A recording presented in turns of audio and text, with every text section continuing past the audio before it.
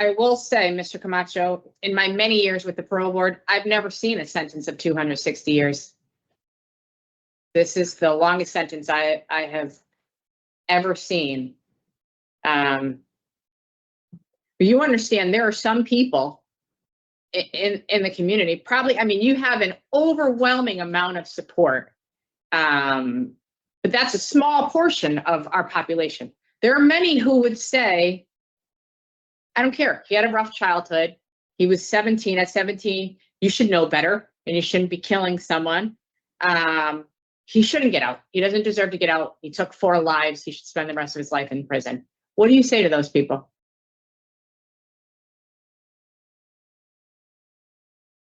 And what do you say to those people?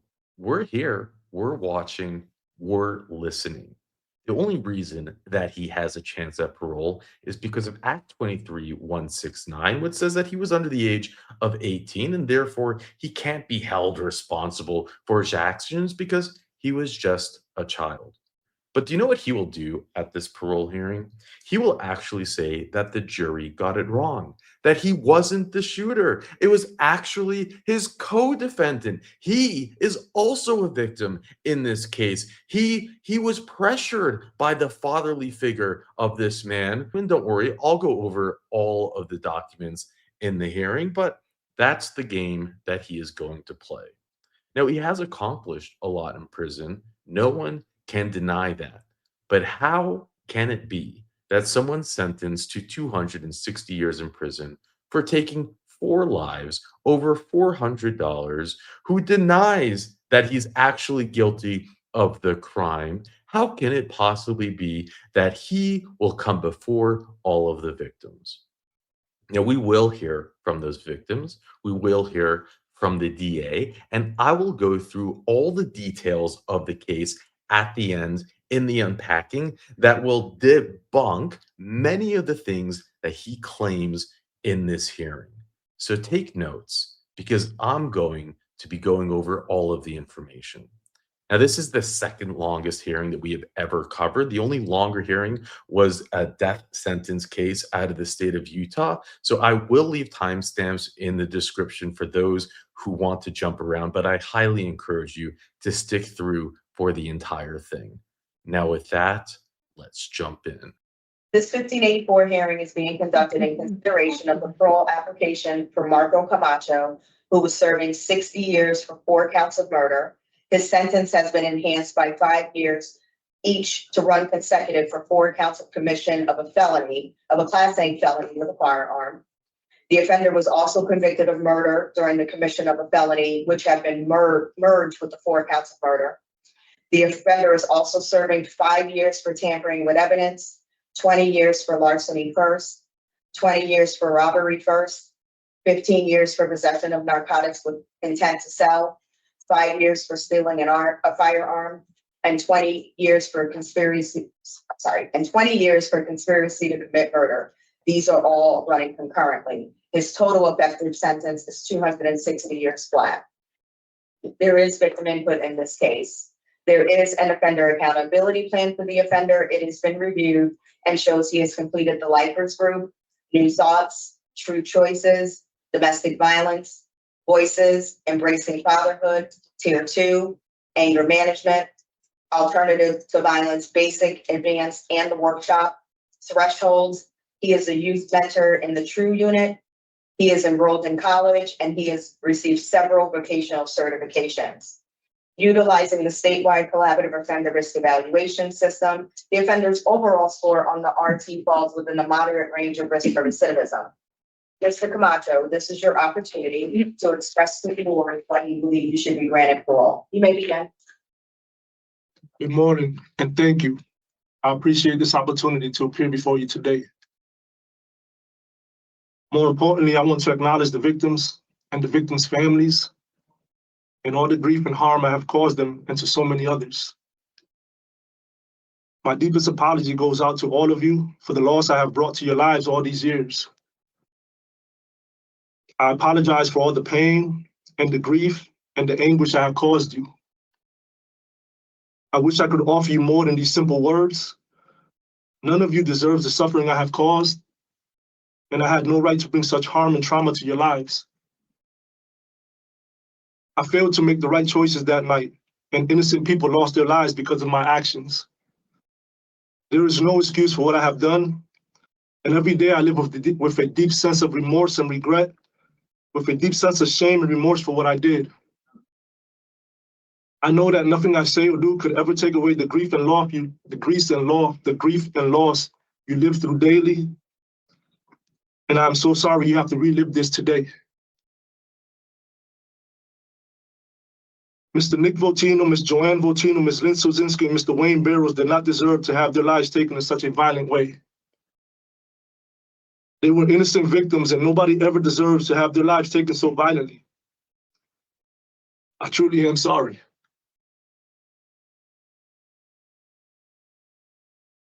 Words alone can never fully express the heaviness of my remorse. I caused irreversible harm, and so finding the words to give value to how remorseful I am is difficult because I never want to minimize the intensity of their grief. I went to the Votino house that night to sell drugs, and instead 4 innocent people ended up losing their lives. I shot and killed Ms. Lynn Sozinski, and my actions and choices created the circumstances which led to Mr. Nick Votino, Ms. Joanne Votino, Mr. Wayne Barrows being shot to death by my co-defendant, Eric Henry. Without a doubt, I am fully accountable for their deaths as well, because if I had not been selling drugs, these innocent victims would not have been killed, and their families would not have to relive that trauma today. At the time of my crime, I was an impulsive 17-year-old with no solid foundation or direction from which to build my life. Today, I'm an educator, a mentor, and an anti-violence advocate who is deeply passionate about the work I do because it is very effective. Because it allows me to continuously give back. Because it allows me to help transform lives. I'm before you today as a 47-year-old mature and responsible adult who uses the regret and remorse I carry daily as the driving force for living my life in service to others. The mentor I am today is the mentor I desperately needed all those years ago. I openly share with my young mentees every aspect of my life, the good, the bad, and the ugly experiences. Because the potential for helping to save a life is in the power of sharing with them something relatable in my story that helps them begin their own journey of transformation. I've been in the shoes of my mentees. I understand clearly the erroneous thinking patterns and the destructive habits and choices that I also was once blind to at their age. The very first thing I offered them is developing an appreciation for the value of life, their own lives. I know I can never restore to the victims and their families the value of the lives that were taken. But if these young men can learn to value their own lives, then they also learn to value the lives of others. And by doing so, I can help prevent another family from experiencing harm and tragedy. One of the brainstorms I use to get them started thinking differently is an exercise in building 5 core values to use as a blueprint for constructing a positive lifestyle. Values are at the center of why we think the way we do, act the way we do, and live the way we do. So understanding values shape who we are and helps transform their lives.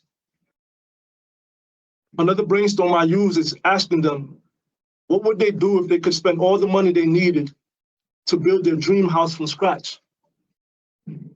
They get excited talking about every little personal touch they would include and all of the specific details that have to be precisely put into place in order to build a solid, stable, and secure home. I then ask them, why aren't they being that specific and personal with the details of building their minds, of building their characters, and building their lives? Since they don't need any money for that, they just need to use all of their free time wisely. With some of the younger guys, though, it isn't always about curbing violent behavior. I've seen firsthand how a lack of basic education in the 3 fundamental R's, reading, writing, and arithmetic, can be a cause for low self-esteem among them, as well as a cause in their inability for securing gainful employment upon release. So as an educator, I'm encouraging life-affirming changes in the attitudes of the guys I help acquire literacy, those who get their GED, and those who I help pursue college degrees. I'm helping them absorb new thoughts on how loyalty and friendship should enhance your life, not lead you down the wrong path. New ideas about how really important and essential education is in creating long-term success, as opposed to the short-term destruction of the street life. New values beyond just chasing money, and instead developing an appreciation for building up your family, your community, and developing respect for others. New ethics and morals that builds discipline, integrity, and true accountability. And new perspectives about their own potential for learning conflict resolution skills that eliminates violence, learning job skills, and building self-confidence. I'm helping them develop a sense of dignity to their life and to develop a sense of pride in building a strong work ethic for themselves that helps them find success as returning citizens to our communities. I'm a firm believer that education changes people, and I am an example of such change. Education is also a key factor in reducing recidivism and crime, and my role is to continuously encourage and motivate guys to pursue academic achievements and critical thinking skills. There was a time over 20 years ago in my early period of incarceration where I also chose these same steps of change and transformation towards my own journey for redemption. I've had some breaking points in my life where I felt I had hit rock bottom. But after my last disciplinary report in 2004, there was an internal shift in me where I felt deeply embarrassed of myself. I felt empty with no purpose or value. But I also realized that I was the one choosing to be empty, which meant I could also choose to find purpose and value. 2004 was a turning point for me where the help and guidance of others was a critical aspect in my journey. I carry fondly the memories of officers Vinci and Brownie constantly calling me Hammerhead. They did so jokingly, but always firmly impressing upon me that I couldn't keep running into the same wall of trouble head first. Constantly telling me that my life still had value, that I just needed to find it. As a 17-year-old youth, I chose to throw my life away, even though I didn't fully understand the choice I was making. But I have been fortunate throughout my incarceration to have met wardens, officers, counselors, teachers, and professors, as well as volunteers, and many people from all walks of life who have helped me, inspired me, and offered me chances and opportunities to grow, to mature, and to develop a life of integrity, a life of discipline and accountability, showing me how to make amends through service to others, how to develop a healthy respect for law and authority, and how to develop a life of value and purpose built upon redeemable qualities and characteristics. My transformation and rehabilitation has been built upon the mercy of those who saw the potential in me and offered me guidance that I can in turn pay forward to others facing similar situations I once faced. It was through people like Counselor Cynthia Ralliford that I learned about the trauma of adverse childhood experiences and how to heal and grow from those. I spent many hours in Counselor Ralliford's office crying as she taught me how to process my childhood traumas. She saw the potential in me as a peer mentor and facilitator of programs, and said that my journey for redemption would be best served by learning to become openly vulnerable with the poor decisions I had made and using the pains of my life experiences as examples for others to use for transforming the narrative and trajectory of their own lives. I watched how she treated everybody, no matter who, with dignity, with respect and care, and with fairness, because that's just who she decided to genuinely be. And I decided to follow in her footsteps, not just because of my remorse, but also because every day I genuinely just want to be a good human being towards all people. She trained me as a facilitator so that during programs, I'd be comfortable sharing my story. She said being vulnerable was a power that could help heal me and heal others. When we share our stories, we learn, we grow, and we release the negative hold our past has over us. And this is exactly what I help guys do every time I facilitate a program. Whether it's anger management, or conflict resolution or AVP. Every time I mentor the younger generations, it's with the purpose of deconstructing and breaking the cycles of hopelessness, of harm, of trauma, of violence and incarceration that exist in the minds and lives of our youth and that exist in our communities, so that we all can be better human beings. I wasn't able to do what I do now until I met people like Dr. Ron Hammond and Ahmed Evans at Garner CI. They taught me about cognitive behavioral therapy and how to get guys engaged with what really at the root of our pain, of our negative attitudes and behaviors, and of our negative thinking patterns. I learned to spark conversations with guys that ask hard questions like, why is it so hard to find the words to express ourselves, but yet so easy to use violence instead? Why is it so hard to accept that conflict doesn't have to be met with aggression and hostility? That talking it out is a valid option. Why do we always act like we did nothing wrong that contributed to the problems we're facing? It was people like Counselor Cooper who introduced me to AVP. He was the first and only counselor I ever saw to consistently work third shift. His energy, enthusiasm, and genuine passion for helping others was contagious. Those late night conversations talking about leadership, about being a better example for others, kindness instead of violence, being intentional and determined about being in service to others, he inspired that in me and reminded me that being in service is a debt I owe to society, to the universe, to every community I find myself in, and to the victims in my case. I understand that the one thing I can never do is give life back, which means that my best effort is taking up the responsibility of continually helping to create safer spaces and communities by being an anti-violence advocate and encouraging others to do the same. It was people like Counselor Vincent Angelo Moore, who passed away tragically in a car accident almost 3 years ago. He was the heart and life of the Mentors Group and of the True program here in Cheshire. He believed in me, in my leadership, in my mentorship, and provided this opportunity for me to take everything I have learned and practiced for over 20 years and be able to apply it directly on the front lines here in the True program with all the young men whose lives I impact and continue to impact even when they leave prison.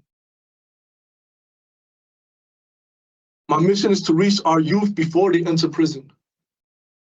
My purpose is to help our youth believe that success is a choice, that it isn't easily gained, but definitely achievable when they activate their minds to find their passions while actively making the change from a criminal mind state to a citizen's mind state. But change is not easy. And it's the people, places, and things that we choose which influences our ideas, our thoughts, our feelings, our self-perception, and our actions, and which sometimes makes change a difficult process that takes time.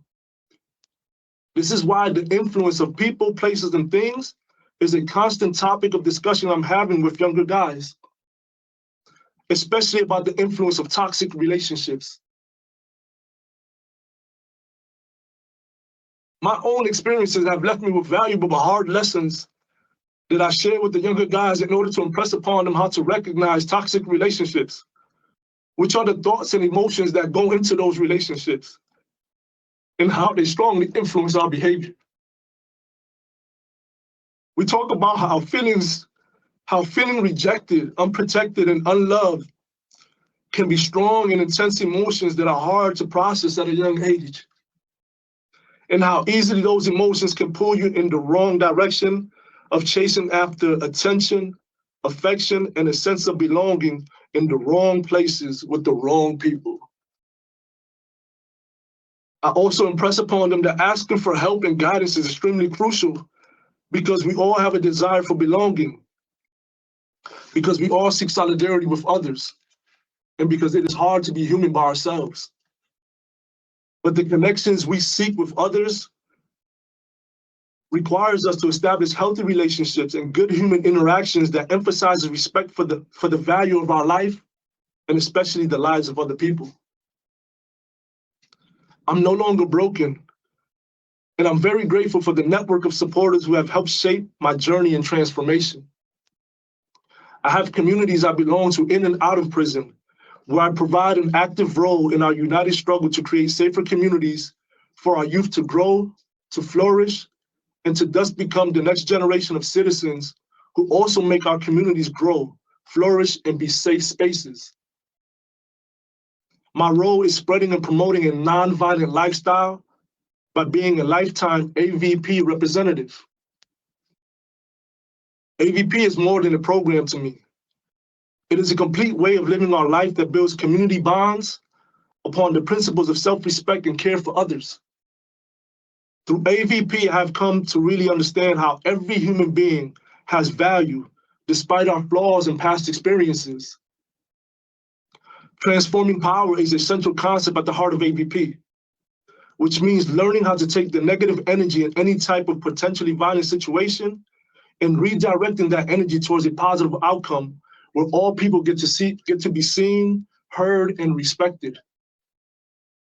I'm helping foster mindsets that always seek to resolve conflict proactively in ways that promote health, well-being, and safety for our communities in and outside of prison. For 13 plus years, I have been training outside volunteers as AVP facilitators, and they have been spreading AVP in our communities. Learning how to transform any potentially violent situation is a powerful and humbling skill that transforms and saves lives.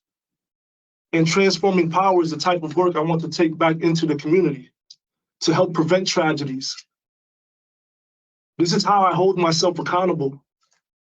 And this is how I translate my remorse into action.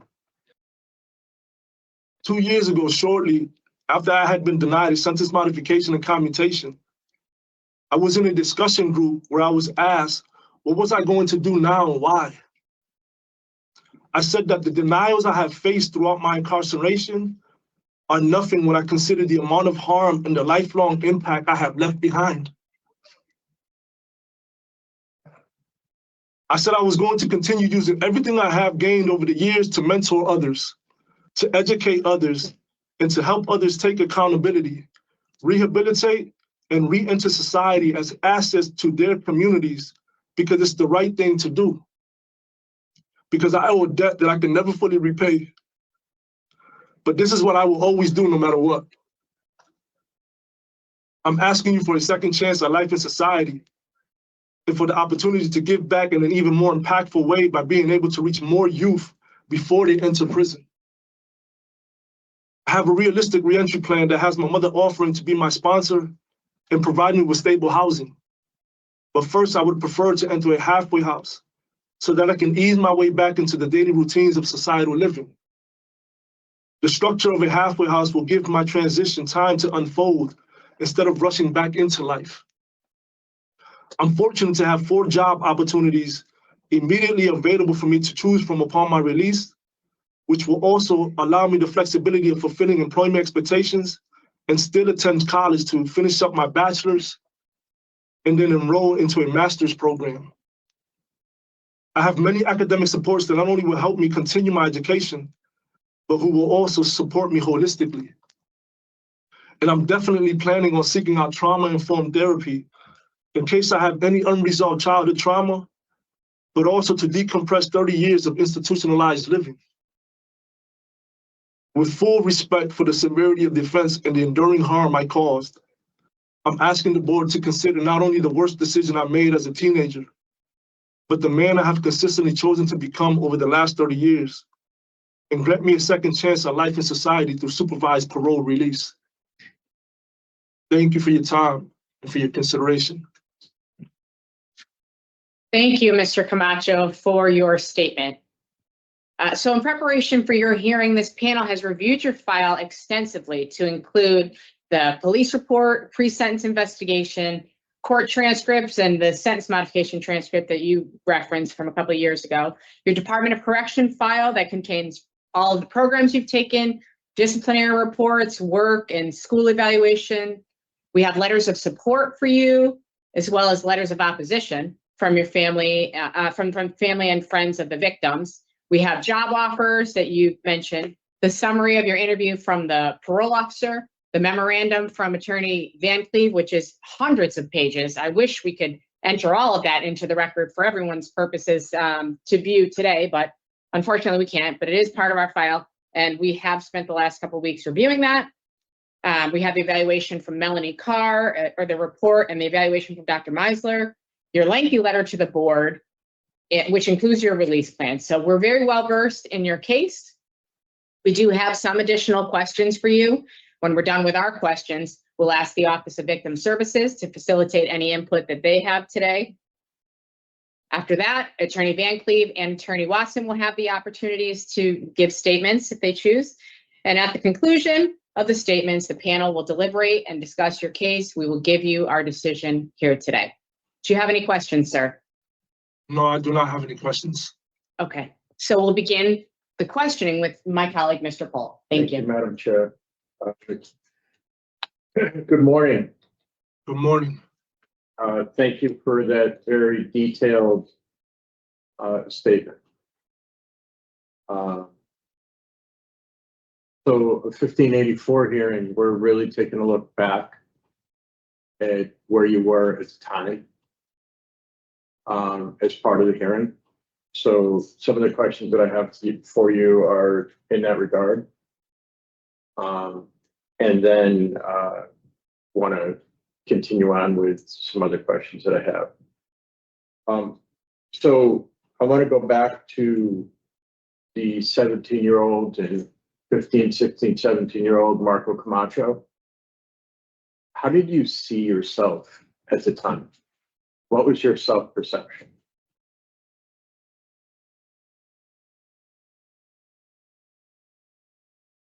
My self-perception at the time, at that young age, it wasn't positive at all. It was all negative. My self-perception was part of this mindset that I have about trying to survive, living in the streets.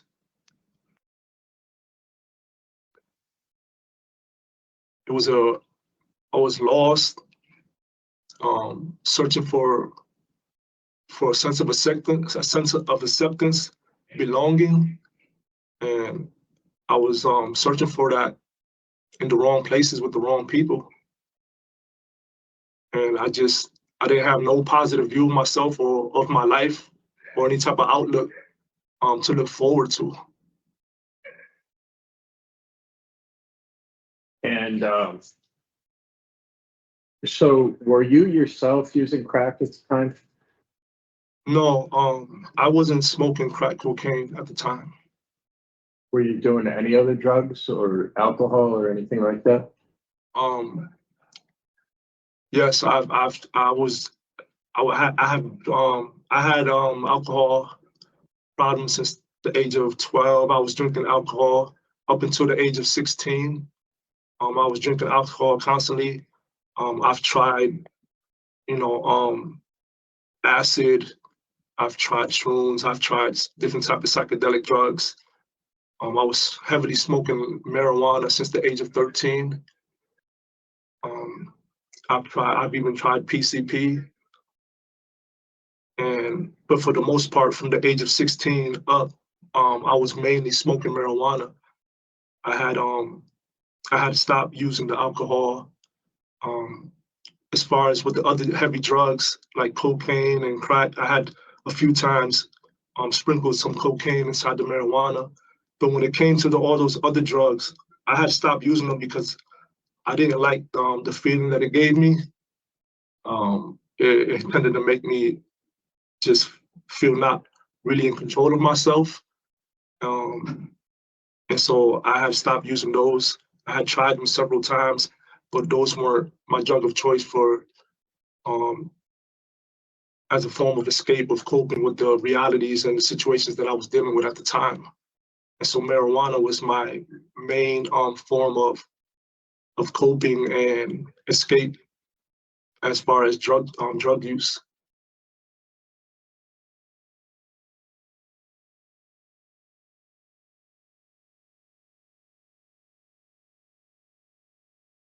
What did you think of yourself at the time? Like, differently than the question that I just asked with how you saw yourself. What was your esteem at the time? Where were you? So I know that I had a low sense of self-esteem, but I'm not gonna say that that was the only way that I was perceiving myself. Even though that I had taken to the streets and I was living in the streets and I was living sort of I was living a survival mode lifestyle. I was also trying to find ways to get away from that lifestyle and see myself in a better light and try to search out opportunities to get away from the street style lifestyle that I was living and find a stable and secure way of life. And I had several opportunities to try that, but because of the substance abuse, I kept making poor decisions and kept ruining a couple of good opportunities that could have potentially helped me to remove myself from such a lifestyle and gain a better sense of direction for my life and gain some more positive self-esteem and be able to become a better person and have a more positive outlook for my life and be able to like really tap into the potentials that, looking back now, I realize I could have probably been tapping into at that time. Right, but so there's a certain persona that would have been going on, right? As a crack dealer. And there would be, any kid who's a teenager who's trying to find their way, looks for approval or validation somewhere. So where was that coming from? You understand what I'm saying? Yes. Mainly the approval and the validation that I was looking for, I thought I had found with my older co-defendant Eric Henry and his girlfriend Raquel Martin. And when I got together with Eric Henry and Raquel Martin, I felt that I had found a place of belonging where I could feel safe, I could feel secure, and I could find that validation, that acceptance among people who I thought cared about me and loved me and would be able to help me and guide me. So you got your sense of belonging from somebody who was addicted to crack. Yes, despite the fact that they were addicts, the things that I was running from in my life, the abuses I had been through, the physical abuse, the verbal abuse, the sexual abuse, everything that I was running from since the age of 13 when I took to the streets, with them it was the opposite. They weren't abusing me. They weren't belittling me. They weren't berating me. They weren't treating me in any negative type of way. They were telling me that they loved me. They were telling me that they cared for me. And that was for me, that was a very powerful dynamic. That was a very powerful way that allowed me to be influenced by them and see them as parents, as a mother figure, the father figure, as somebody who I could look up to, as somebody who really cared about me. And feeling those strong emotions and that strong attachment with them, they gave me a place to stay, a home, a house, a roof over my head. Those were things that I was hoping for, I was searching for, I wanted, I needed. And even though they were addicts, providing that type of environment for me was something that was heavily influential in me looking up to them. And I mean, I look back now and I see that it wasn't a good situation for me, it wasn't a good choice for me. I should have not made the choice to follow in their lead, follow their footsteps, be under their influence and guidance. But at the time, I couldn't see that. I couldn't understand that. I was going off of what I was feeling, what I was getting from them. And that was, So how did you come to sell crack? I didn't start off selling crack initially. The first drugs I started selling was weed. And then from there, connecting with other people in the streets who were selling drugs, it escalated from selling weed to selling cocaine, to selling crack cocaine. So did Eric Henry play any role in you starting to sell crack, or were you selling crack before you met Eric and Raquel? I was already selling crack before when I met Eric Henry, and that was how I met Eric Henry. Eric Henry was a former crack dealer himself, who had a reputation, who was known in the streets for selling drugs and making money. And then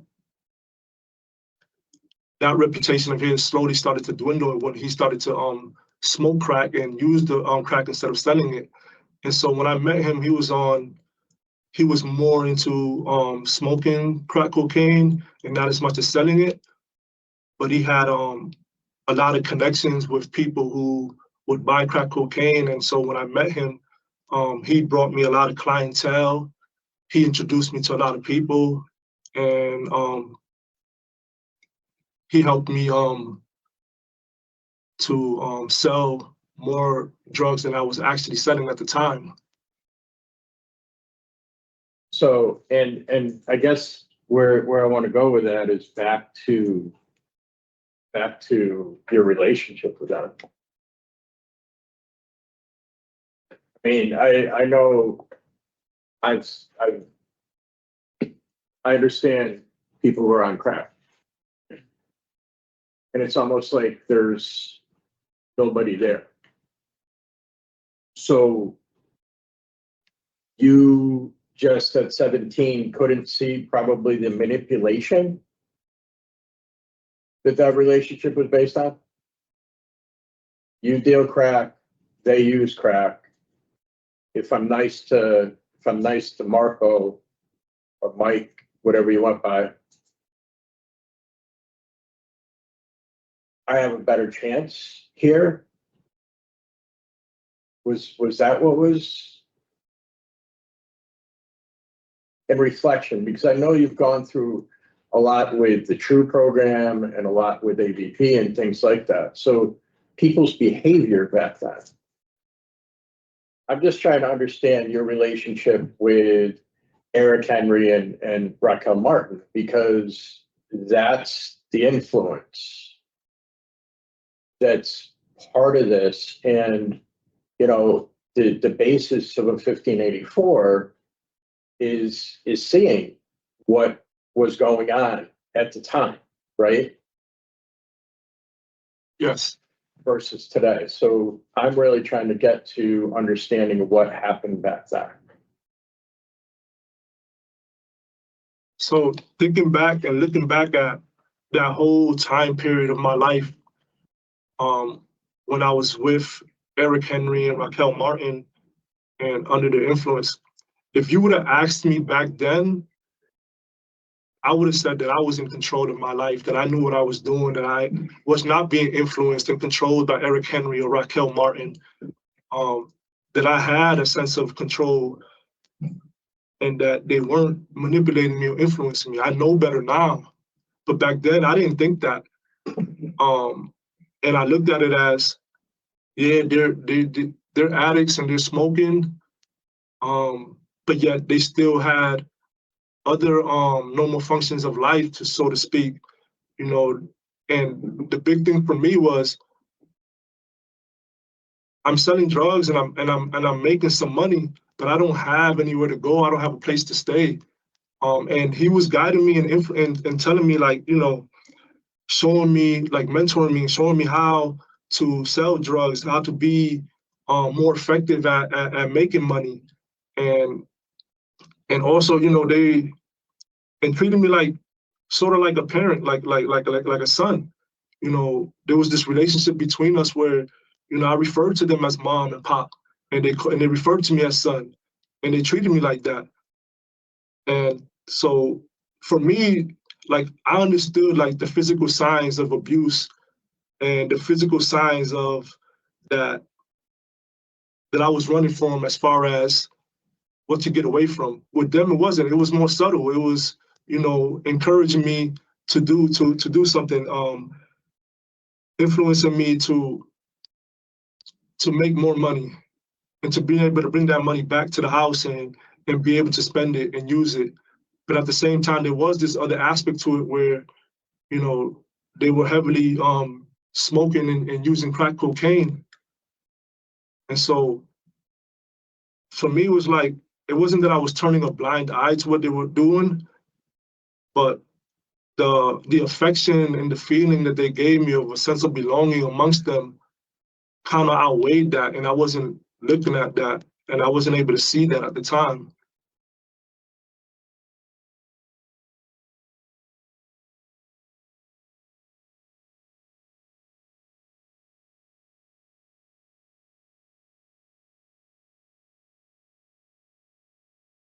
So when we're dealing with offense, there's a couple of stories there. You were found guilty of 4 counts of murder and sentenced. There's some sentences that have expired already. The ones that are still in place are the murder sentence and the 5-year enhancements on them. You were sentenced to 260 years. Your co-defendant, Eric Henry, was convicted of criminal liability for the acts of others, and he's serving a 45-year sentence. One story has him in the car while all of this was going on. Another story, while you committed all 4 of these murders. Another story is that he shot 3 people, you shot 1, you ran and heard another shot.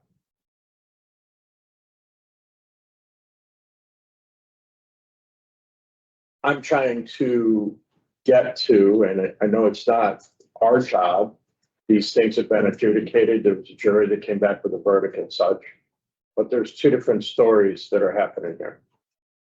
And I'm trying to reconcile actually what did happen. Can you help me with that?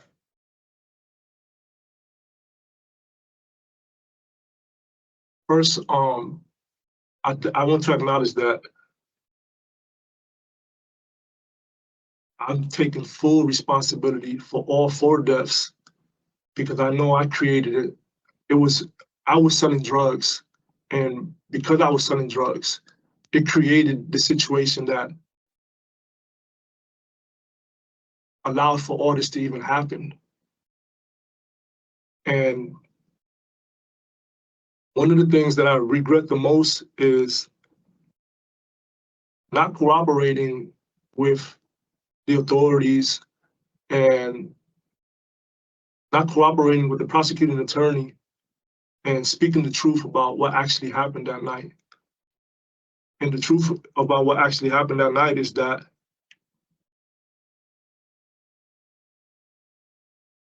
I shot Ms. Lynn Szynski, and even though Eric Henry, when he passed me the gun and told me to shoot her, I didn't want to shoot her. I did. I still chose, and there's no excuse for that. And that's something that I have to live with because I could have chose otherwise, and I didn't. But I didn't shoot the other 3 victims. Eric Henry shot the other 3 victims. when the whole intention of going up there that night was to make a drug exchange between Mr. Botino and myself. And I was supposed to go up there alone actually that night, not with Eric Henry.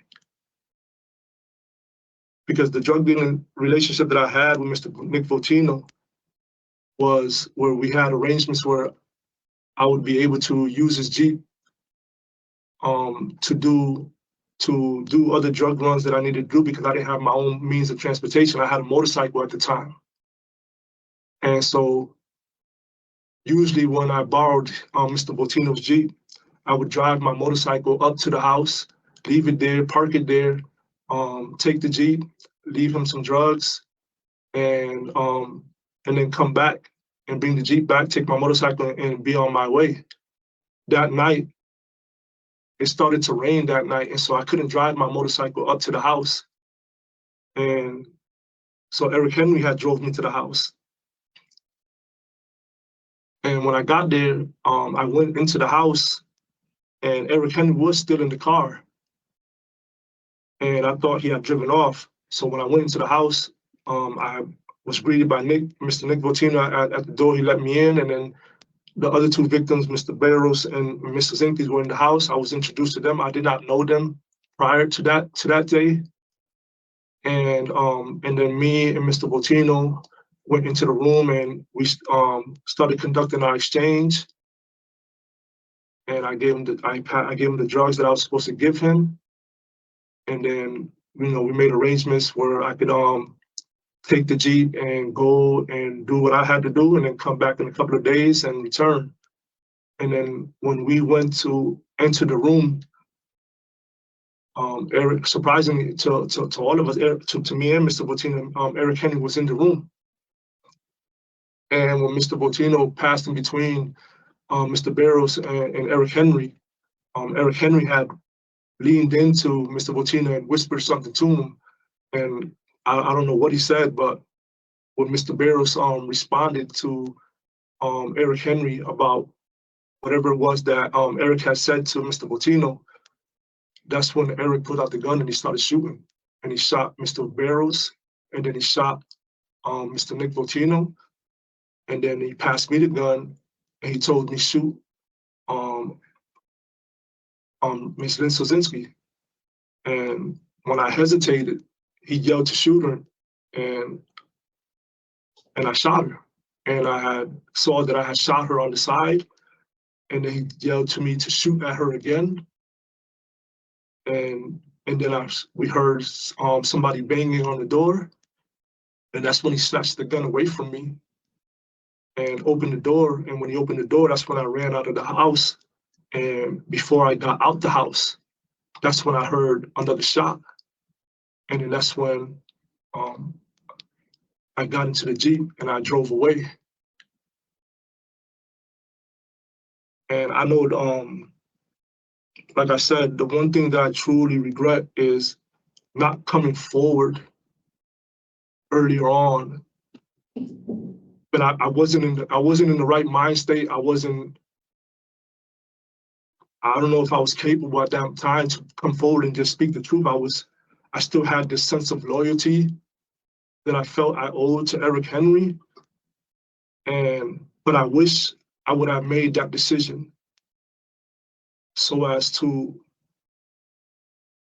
allow the victims' families to know what actually happened that night, and possibly not even have to have gone to trial and put them through the pain of having to hear all those details and going through that and feeling that. And so that's a choice that I absolutely regret, and that's how that happened that night.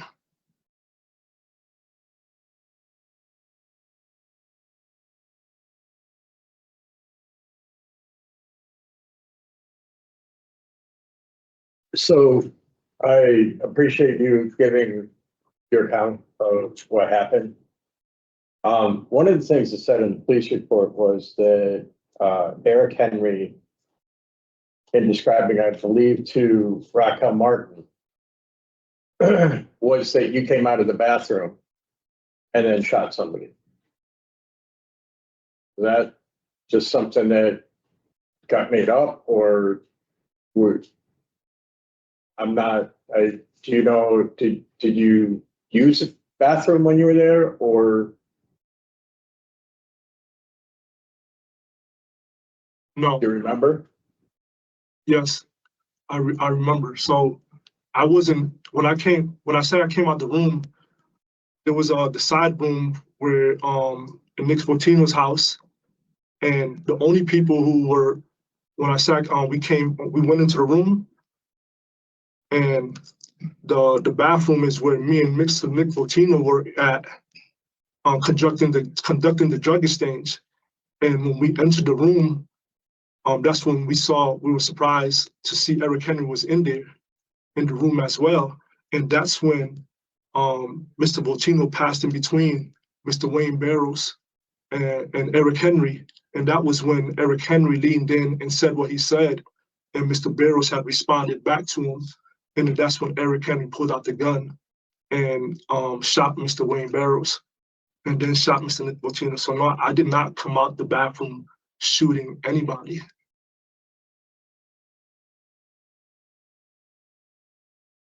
So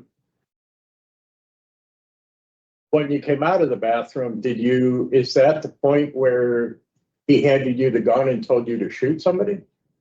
No.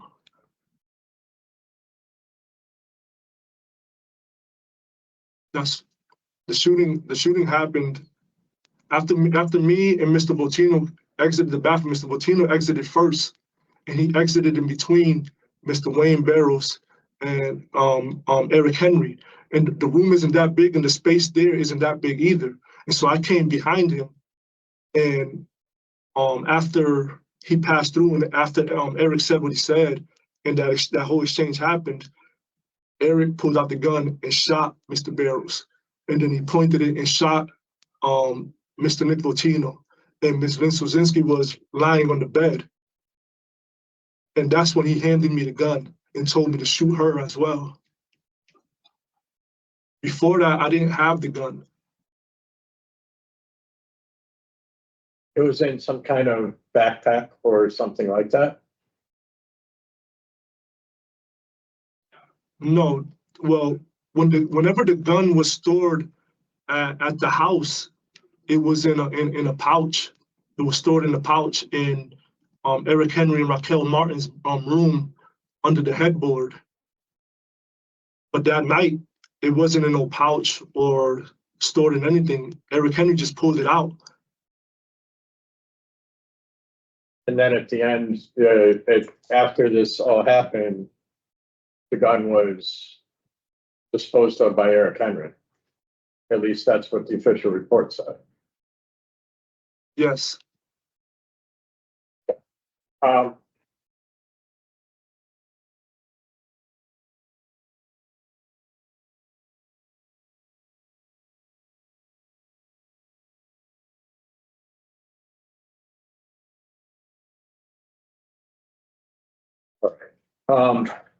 So thank you for sharing answer my question of what happened back there. Tragic, incredibly tragic to read about and to understand. You know, there've been a couple like that out here recently that involve crack, that are just not. It's terrible stuff. So I want to say that I've read in a few of the submissions that were here about your ownership of your involvement with this, and that if you weren't doing what you were doing, none of this would have happened.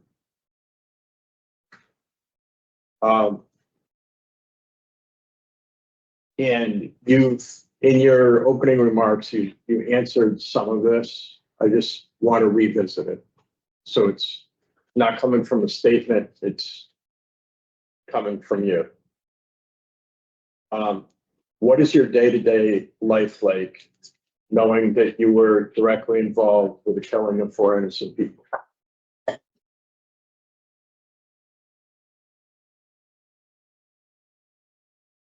My day-to-day is it's always thinking about how do I give back? How do I prevent this type of tragedy from ever happening again through the lives of some of the younger guys who I mentor, the guys who I help educate, and through the anti-violence programs that I facilitate, whether it's AVP or whether it's conflict resolution. Being in the TRUE program, what it has allowed me is an opportunity to be directly on the front lines with this young, vulnerable population of youth who are currently living in that type of lifestyle that can lead to this type of tragedy and harm happening to another family. And so my day-to-day is to, how do I use my experiences to really get the message driven home to them that they need to learn to start making better decisions. They need to learn to really value their life and value the life of other people. They really need to make a change and a transformation in their lives so that prison doesn't become a revolving door for them until that door slams shut forever. My day-to-day is, how do I constantly encourage that? How do I motivate that?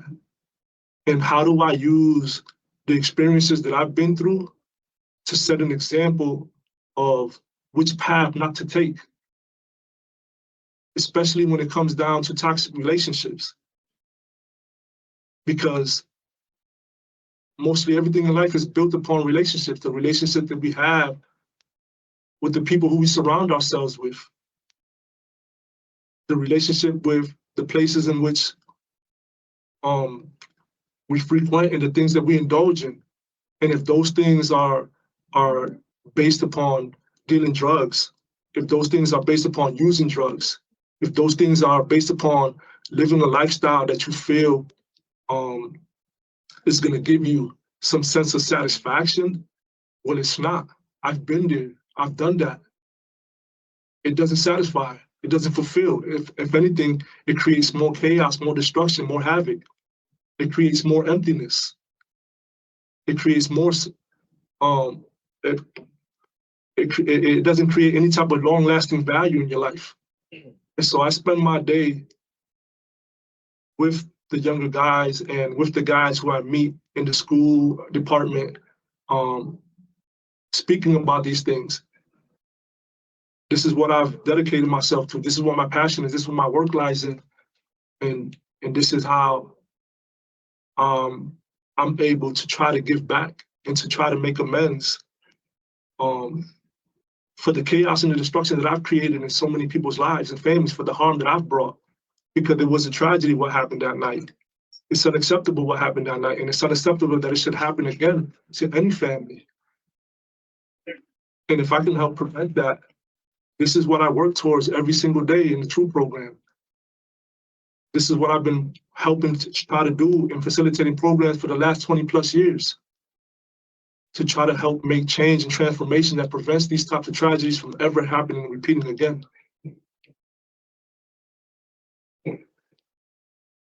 I appreciate that, and I appreciated your remarks at the very beginning of your statement, because the truth of the matter is that there's 4 people that are dead, that are murdered, and their families have gone through incredible devastation and loss that I'm sure just doesn't go away. And I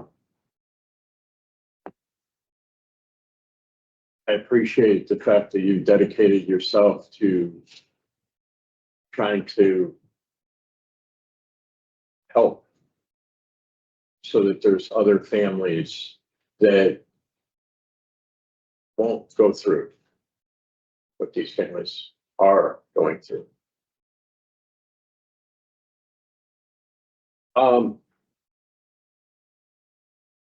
You have 15 disciplinary reports. The last one was 22 years ago. What happened that caused that change?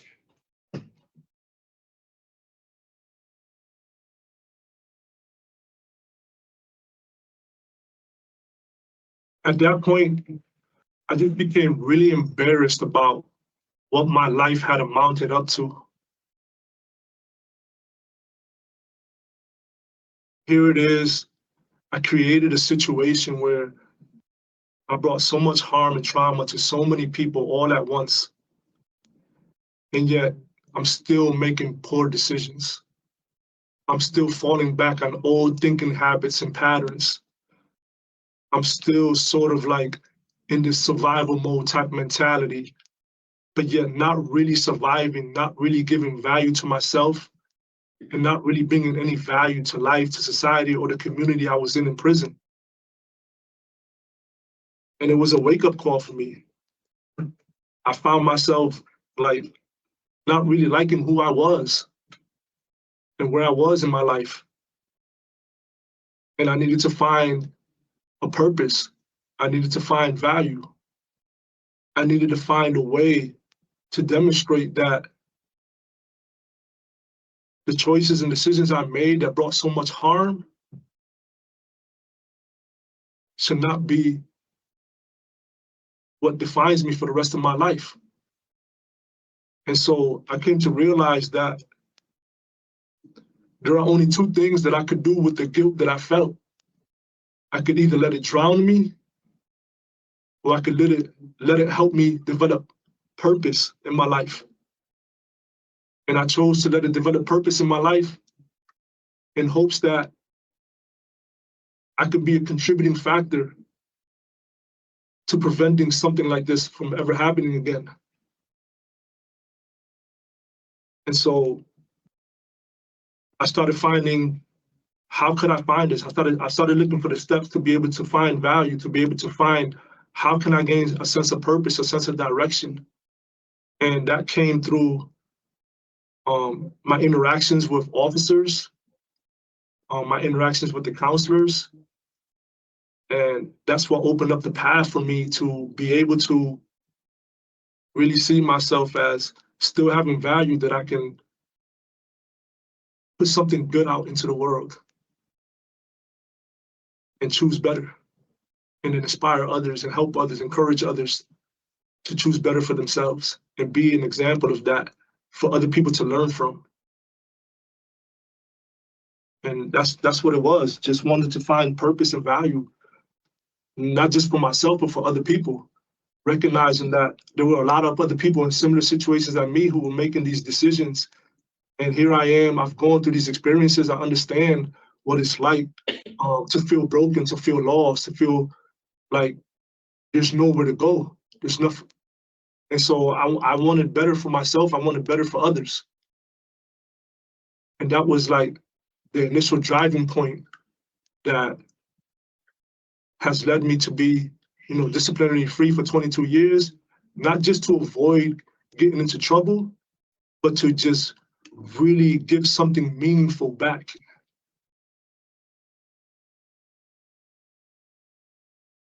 Thank you. So in programming, in DOC, we encourage incarcerated people to take programs to address their criminogenic needs. You've taken scores of them and also developed, implemented, and facilitated programs that other incarcerated people are still taking today. You just talked about that, I believe, but what was the catalyst to take the programs and head in a different direction? You pretty much just answered that question as well, right? Is there anything that you would like to add to that from your last answer? One of the things was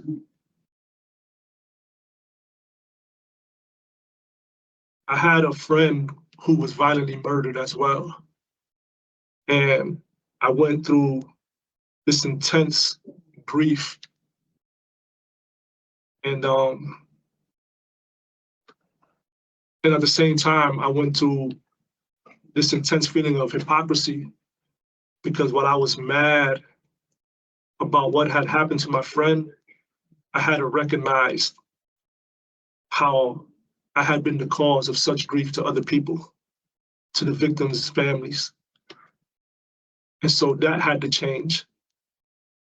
My grandmother passing away was something that was a catalyst for me as well, in the sense that there was a shame of her passing away, and I was still in this same type of mind state of just making poor decisions.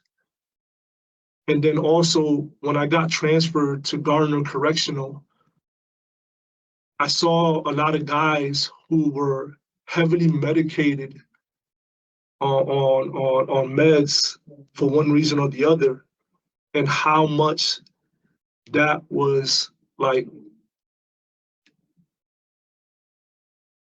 it had them in a real low position in their life, where they were not highly functioning. And that hurt to see that. And I was like, what could lead somebody to be in that position? How can I help to curb that, to stem that, to prevent that? As long as it didn't have anything to do specifically with mental health issues.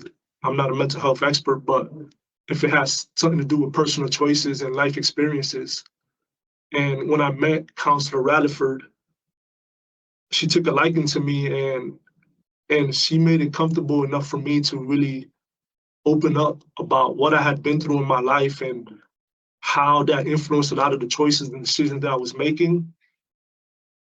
And she helped me put into perspective how I could make new decisions. It wasn't too late to make new choices, better choices. And that in doing so, I could also help and encourage other people to do the same, because they would be more relatable to me because of my experience and being so close to them in age. And so that was like a strong motivating factor in trying to find the path to get to where I'm at today. Thank you.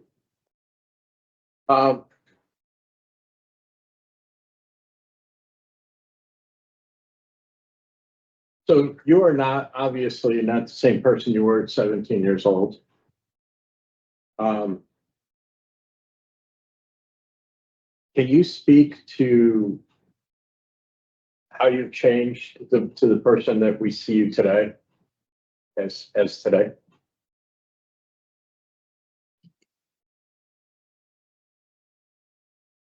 The first thing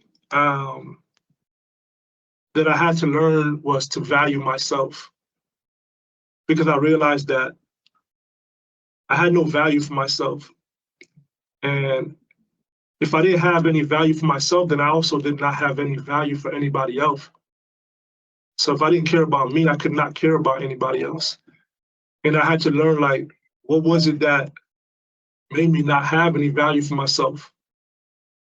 And I had to dig deep and really go through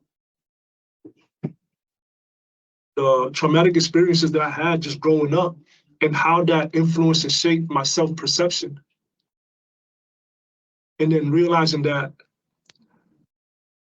that didn't have to be who I am. I didn't have to continue to be that person. I didn't have to continuously see myself as that I could choose different for myself. That I still had, that I could choose a sense of humanity, a sense of dignity, a sense of integrity. And I had to face those. I had to face the fact that while those experiences are not excuses for the choices that I make, they were what influenced my thinking patterns. And then I had to find new influences to change my thinking patterns. Because my thinking patterns produced certain types of habits that automatically had me making certain types of choices. But in order to get rid of those, I had to form new thinking patterns so that I can make new habits and better decisions, better choices. And then in that process, over time, be able to become a better person and develop a sense of value to myself, to develop some integrity, to learn how to do the right thing, even when people aren't watching or looking, because it's just the right thing to do. Because it gave me a sense of satisfaction and fulfillment as a human being. It helped me to, it allowed me to help me to try to reclaim my humanity and to not stay stuck in the worst decision that I made in my life and all the harm that came from that. And so that is what was guiding me and what was pushing me and what was motivating me. Thank you.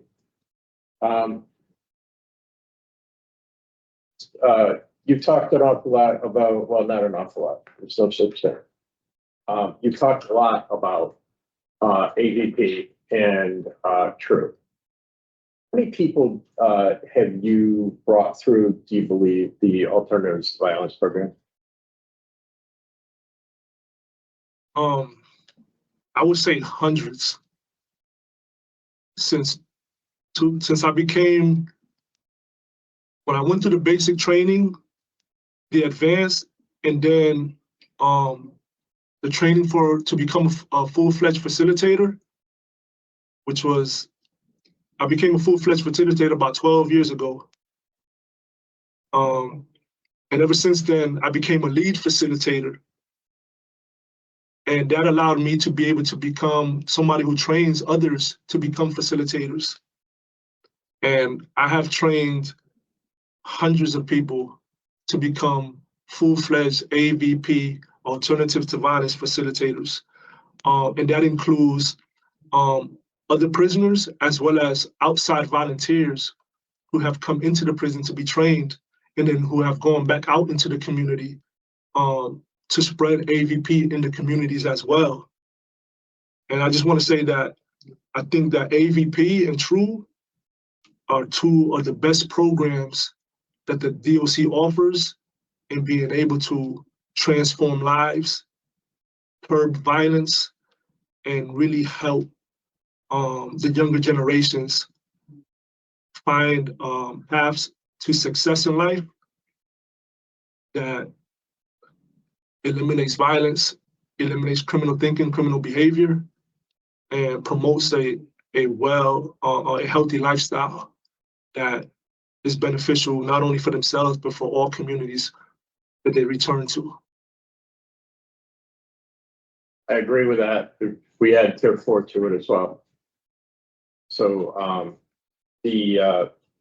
so to understand this, you have brought people through, you've trained trainers who are now throughout DOC and the community who are bringing people through the Alternatives to Violence program. Yes, and most recently, in coordination with Alicia Strong of the Britain Racial Justice Coalition, we began with some of the guys who have gone home as trainers. They've helped to start that out in the New Britain community to start helping bringing AVP to the community and be able to start spreading more alternatives to violence amongst the communities out there to help make the communities more safe out there. And I've been a part of that from in here, helping logistically just what goes into the trainings and things of that nature.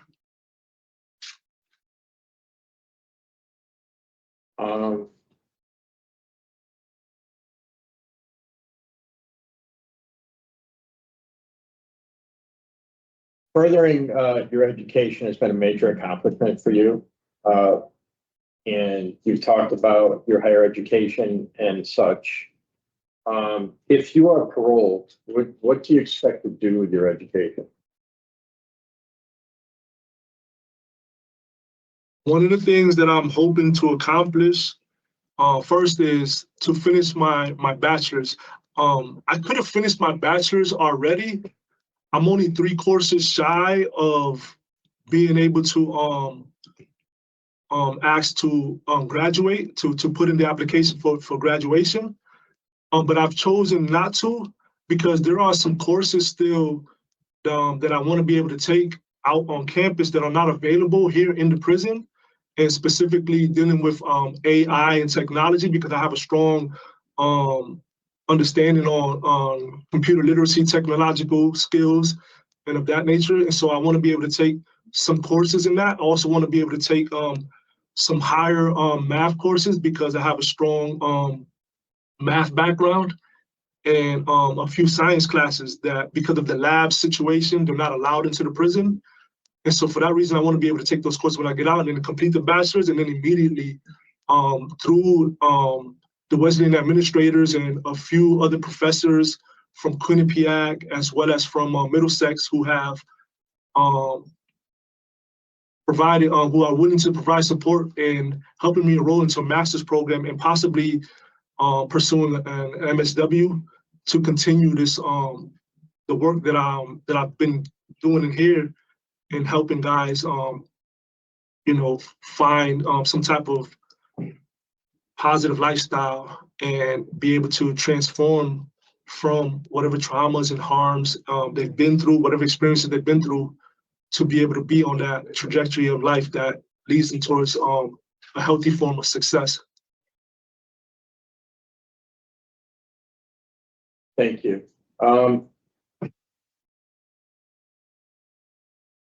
So if you're released on parole, how do you see the change that you've started with yourself personally continuing to change in the community?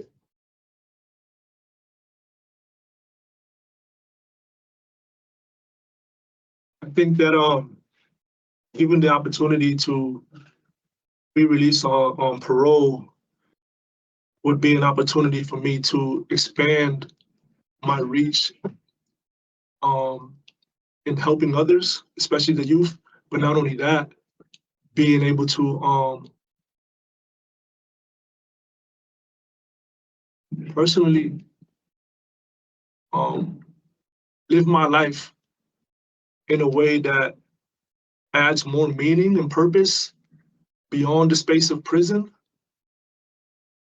and to be able to experience some of the more normal functioning aspects of a good, positive, healthy lifestyle as a citizen. But also being able to continue to be a means of support and help for guys who will be re-entering society soon, and being able to continue to push the transformation in their lives and be that constant, consistent support for them, and be able to create a more robust network of support out there for guys who have made that successful transition and who are facing challenges, and for those guys who will be transitioning back into the community and who will face also those similar challenges, and just be able to enjoy some type of life that that is meaningful and purposeful. So you said a lot about supporting others, and living in a way that adds more meaning and purpose, which is all positive kinds of things. But how about yourself? Where do you see yourself getting the personal support that you need? Well, I definitely believe that any significant amount of time spent behind in prison creates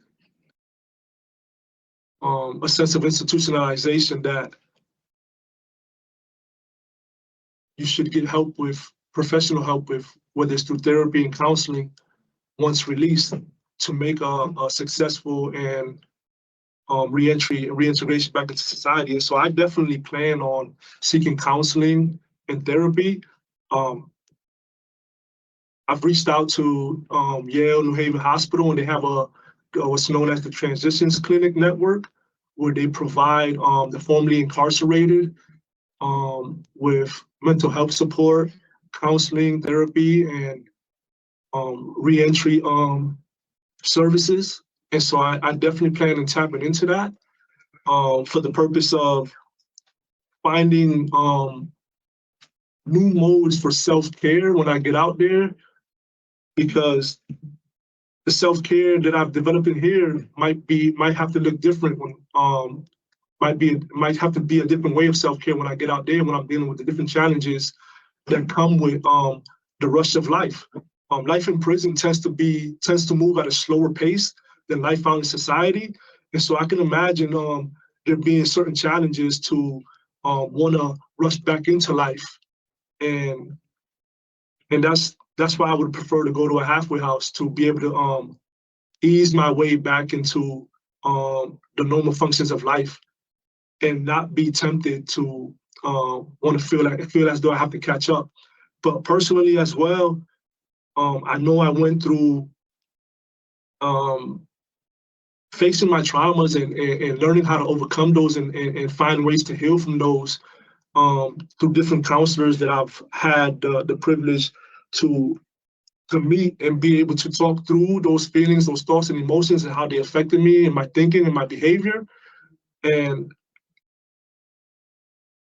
going back into society, would I be triggered or not triggered? I'm not sure. But I definitely would like the professional help to work through that if I am triggered in any type of way that I might not have thought of since I've been in here for so long. And also being able to reach out to the community of formerly incarcerated brothers who have made that successful reentry, who have offered me that support.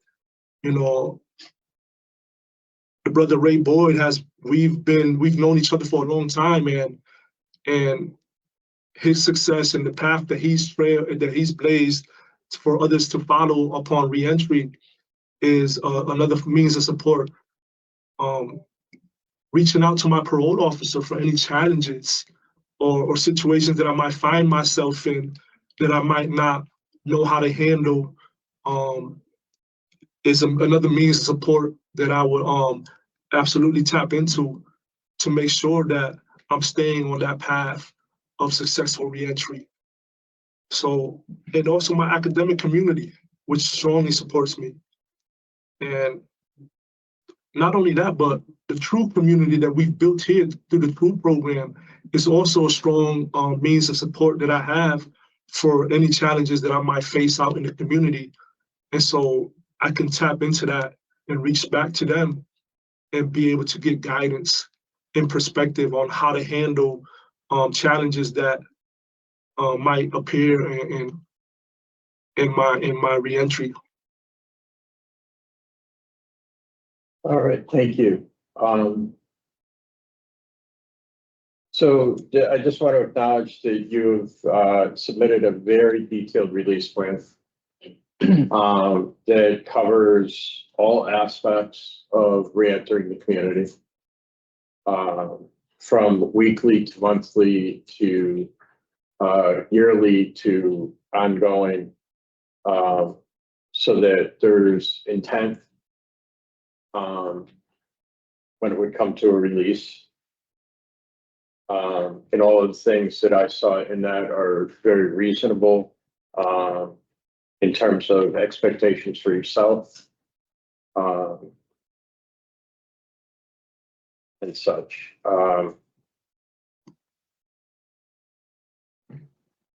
And you've talked about, for me, just a couple of the other questions that I had that you've talked about is, if you were paroled, what would your focus be? You've certainly answered that, and how you expect to contribute to the community. You know, and the bottom line with all of this is, you know, I'm not sure what's going to happen today. But the contributions that you've made to incarcerated people who have since been released into the community, where they have better alternatives than to resort to violent behavior.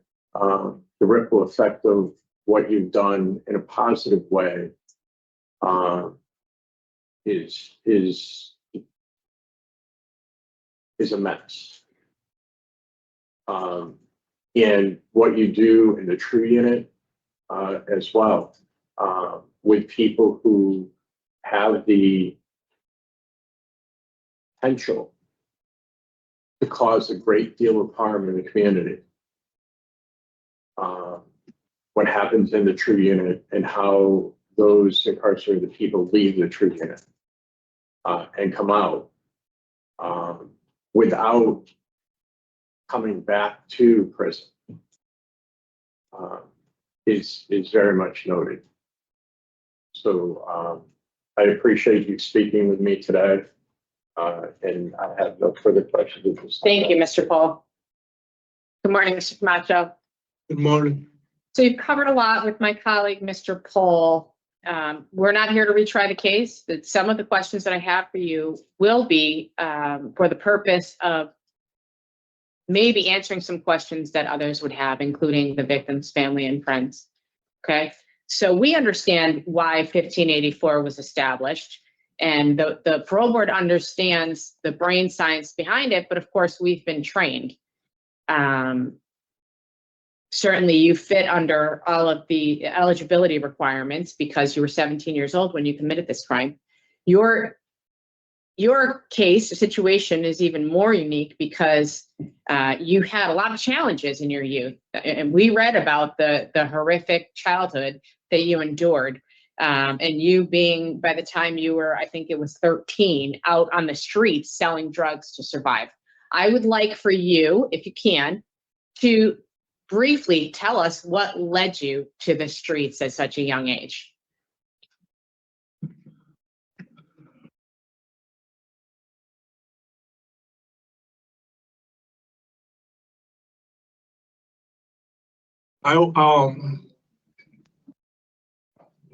When I share my story with the young guys, I always talk about having two breaking points in my life. One at 13 and one when my grandmother passed away. And one was for bad at 13, and the other one was for putting me on this trajectory that I've been on for the last 20 plus years. And my home life growing up was a very toxic environment. The majority of people in my family were drug dealers, drug users,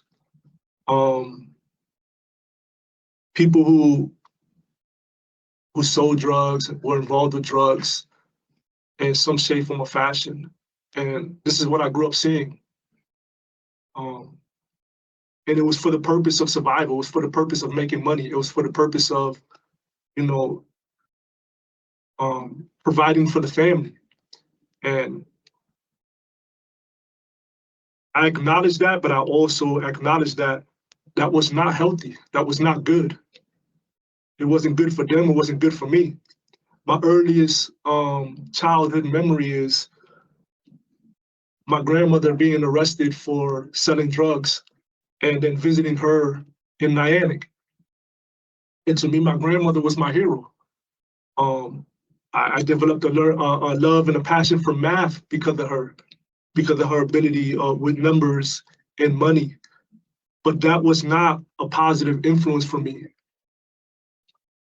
I experienced a lot of physical abuse. I experienced sexual abuse. I experienced a lot of verbal abuse in my home life. And I'm not using that as excuses or justifications at all.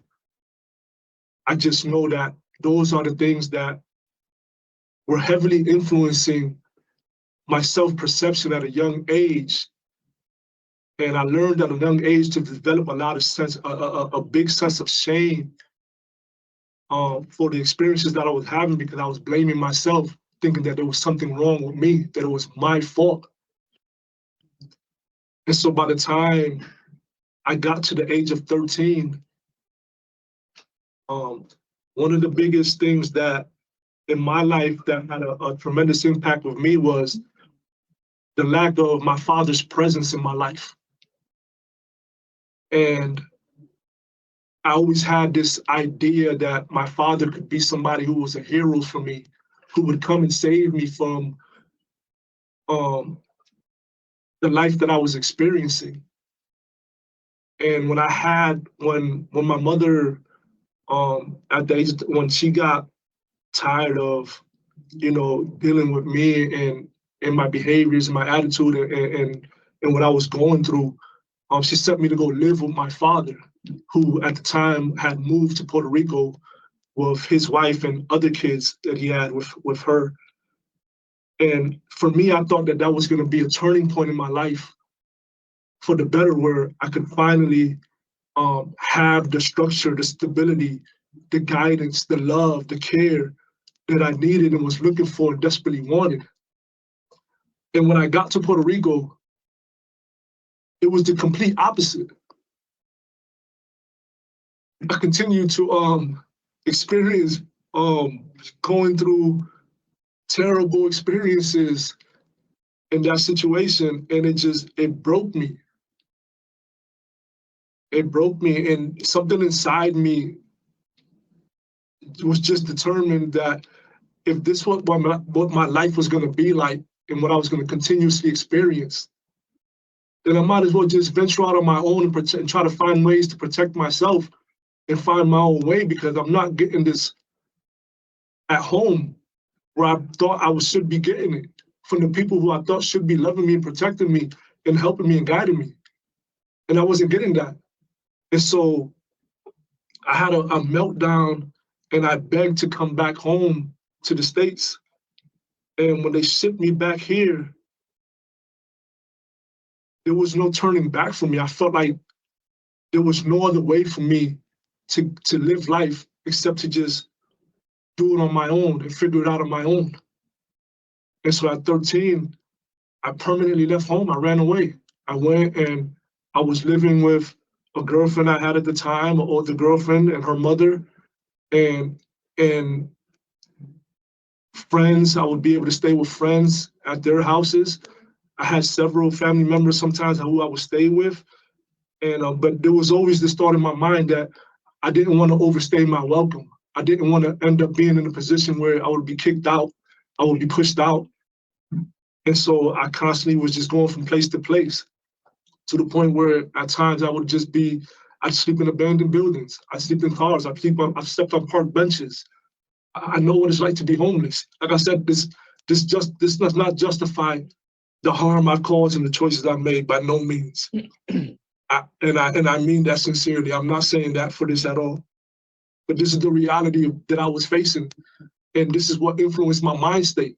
And this is why I think that I'm able to be the educator and the mentor and the anti-violence advocate that I am today, because of those experiences and because of the hard lessons that I gained from them, and how I'm able to articulate that in a way that they can understand, because these guys are living this in real time today and not knowing how to process that. And I didn't know how to process that fully at the time. And there were moments when I had moments of clarity. There were times when I had moments of clarity where it's like, okay, I need to do something better. I need to get my life right. And then I will make another poor decision. And I will have to go back to start from zero, from scratch again. And that seemed to be the constant pattern. And then I ran into Eric Henry. And he filled my head up with these dreams and these illusions of being able to establish that for myself. And I followed that. I hooked on to that. It was very attractive, very alluring, very, very powerful for me. And looking back, I see how very detrimental it was. But even before I got to that, looking back, I can see how I kept telling myself, I'm in survival mode. I'm surviving to get from one day to the next. But I also see how I was making all the wrong choices that wasn't really actually helping me survive. It was just constantly pushing me further and further into chaos, selling drugs, living in the streets. I didn't have the mindset at the time, though, to understand how to process really trusting people, really being open and vulnerable, because I was running from just the physical signs of what it means to expose myself in that way and not wanting to be influenced and abused, and so Okay. yeah.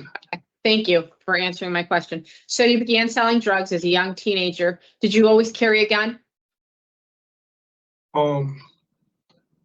Not always. The first time that I bought a gun and started carrying a gun was after watching my friend get killed by a drive-by shooting at the high school. I used to hang out with my friend who was real close friends, Miguel de Jesus, and when he got gunned down, and he was a gang member, he sold drugs, and it's still unfortunate that he got gunned down in a drive-by shooting. But watching that happen scared me, and because I was living a similar lifestyle, I decided to get a gun for protection. Okay, and what age were you then? 14. 14. Okay.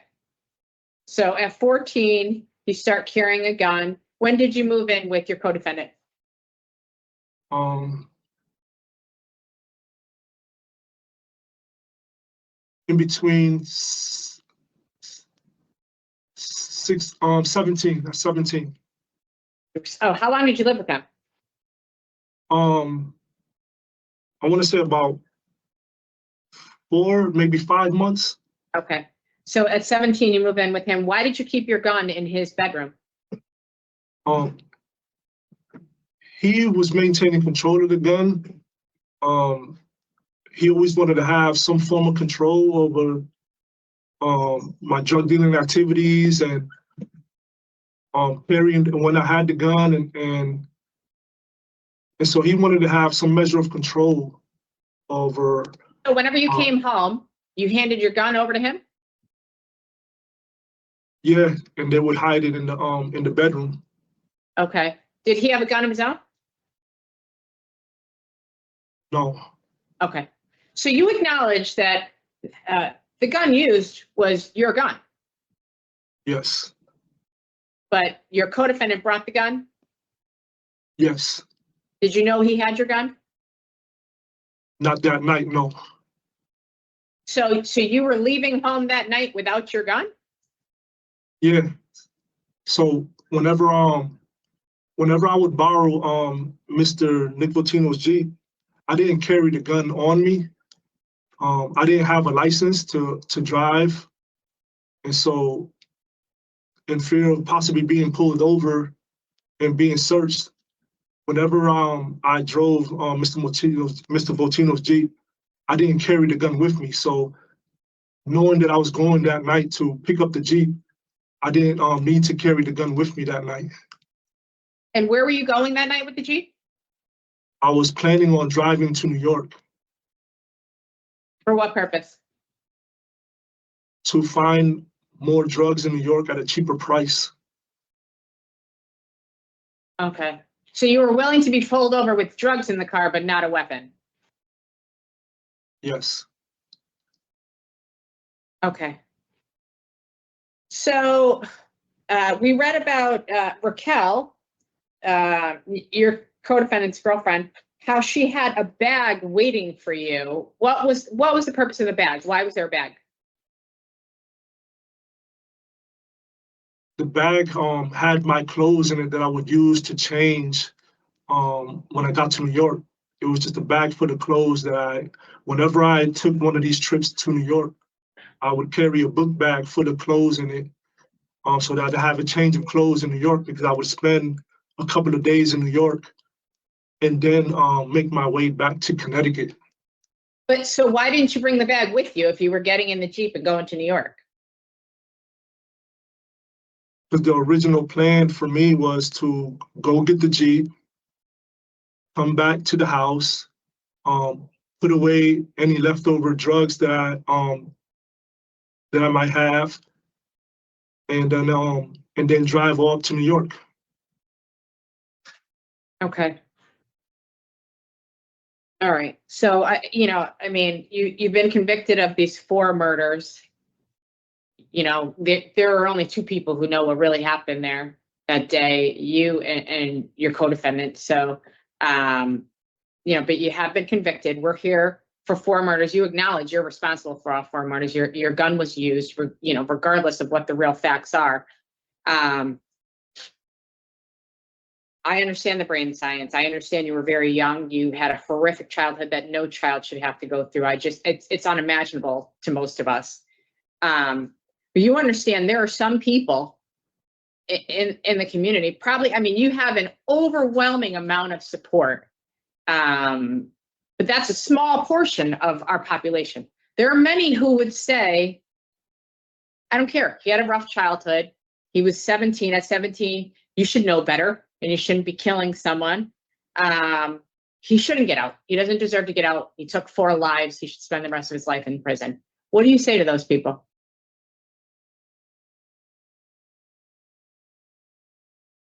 I definitely acknowledge that and understand that. And when I reflect back now, I should have known better. I should have made better choices, and I didn't. And I have to live with that. And there's nothing I can do to change that. And with respect to the victims' families and all people who have gone through a similar situation where they have lost a loved one, I respect wholeheartedly the sentiment of the person who has brought such harm and chaos to their lives, not wanting them to be released.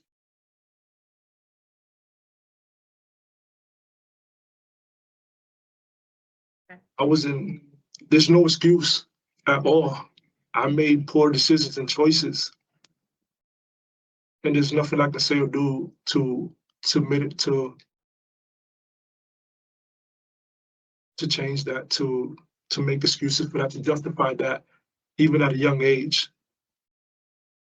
I could have chose something different, and I didn't. And I'm sorry for that. I really am sorry for that. And I wish I would have had the capacity to make a better choice, to make the right choice. I wish I would have knew then what I know now. And there's no excuse, and I wholeheartedly respect, what the families feel, how they feel towards me. And I'm sorry for that. I really am sorry for what I've put you through. And I should have known better. I should have done better. Thank you. I will say, Mr. Camacho, in my many years with the parole board, I've never seen a sentence of 260 years. This is the longest sentence I have ever seen. We've seen indeterminate life sentences, but that's something different. The actual number, I think this is the toughest case that I've ever been a part of. There's no doubt in my mind that you're a different person at 47 than you were at 17. You couldn't be the same, right? There was nowhere to go but up for you. You've done so much work. And like I said, I wish I could share with everyone all the work you've done. I will attempt to, through questioning, reveal some of that. So in 1998, you finished high school while you're incarcerated. Your associate's degree began in 2017. Can you tell us what you did between 1998 and 2017? At the time, there was really no programming available for me. And so once I had got my diploma, I involved myself as much as I could with school, with being a tutor and helping other guys to get their diploma, get their GED. And so I started doing that and just stayed involved with the school department as much as possible, no matter where I was transferred to. But I was also working as a barber, which is a skill that I had learned even before. And then I got better at it being incarcerated. And so every facility that I went to, every unit that I was in, I would usually get the barber job. And that also offered me an opportunity to talk to guys and to just try to help guys with their GED, with their math, specifically with math, because a lot of guys had a lot of struggles with math, and I was just kind of naturally good at it, and also with reading comprehension, which was something that was like a strong suit of mine. And so I was just doing that mostly, tutoring and barbering, and using the barbering to reach out to guys. Yeah. And I can confirm, I do see that you were a tutor in the GED program from 98 to 01. You worked as a barber back then in 2000. Had you going back to barbering in 2006. And then you started teaching ESL, tutoring, English as a second language. Spent time as a mental health recreation therapy aide. I point these things out. Let's see. You started facilitating programs, running your own programs in the facility. I see that back in 08. You were a photo program coordinator. I'm putting these things on the record for a reason, sir. Turning Points program, alternatives to violence. Then you went into computer education. You learned how to use a computer. Got a culinary arts certificate, computer repair, software, Java, some stuff I don't even know what it is.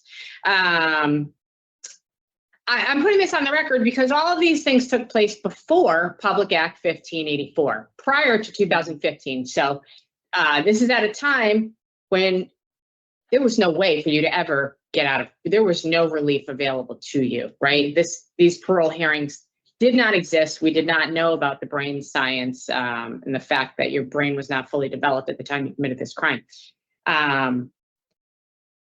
And then it looks like in 2016, you were off and running with all of the other accomplishments that you've made. A bachelor's degree from Wesleyan, we all know, is no easy feat. I say it jokingly, but I'm very serious that I couldn't get into Wesleyan if I tried.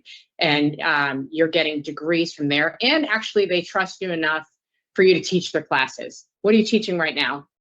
I just finished teaching a philosophy class on ethics, social ethics, moral ethics, personal ethics, and how that and we were using we were talking about Aristotle, and then we were talking about Kant, and then we were talking about Martin Luther King, and how they were kind of like talking about the same thing, about a life of purpose, a life of meaning, a life of value, and what are the decisions and choices that go into that, so that it can be something that not only affects oneself, but affects those around you as well. And sort of like, if I'm good, you encourage another person to be good. If I treat others the way I expect to be treated, then they in turn can turn around and have that same effect on others, and that can be spread amongst communities. And it's also, just inspiring guys to really take a hard look at that, on how that changes the mindset and how that changes the outlook on life and changes their lives as well. Okay.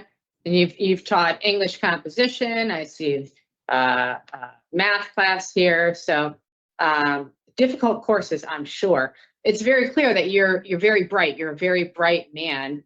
And the sad thing is, you always had this intelligence inside of you, and it took coming to prison for you to realize, for everyone to realize, really, just what you're capable of and what you have to offer academically. You've held a lot of jobs. I see barber, tutor, industries, commissary, the recreation therapy aide, sanitation.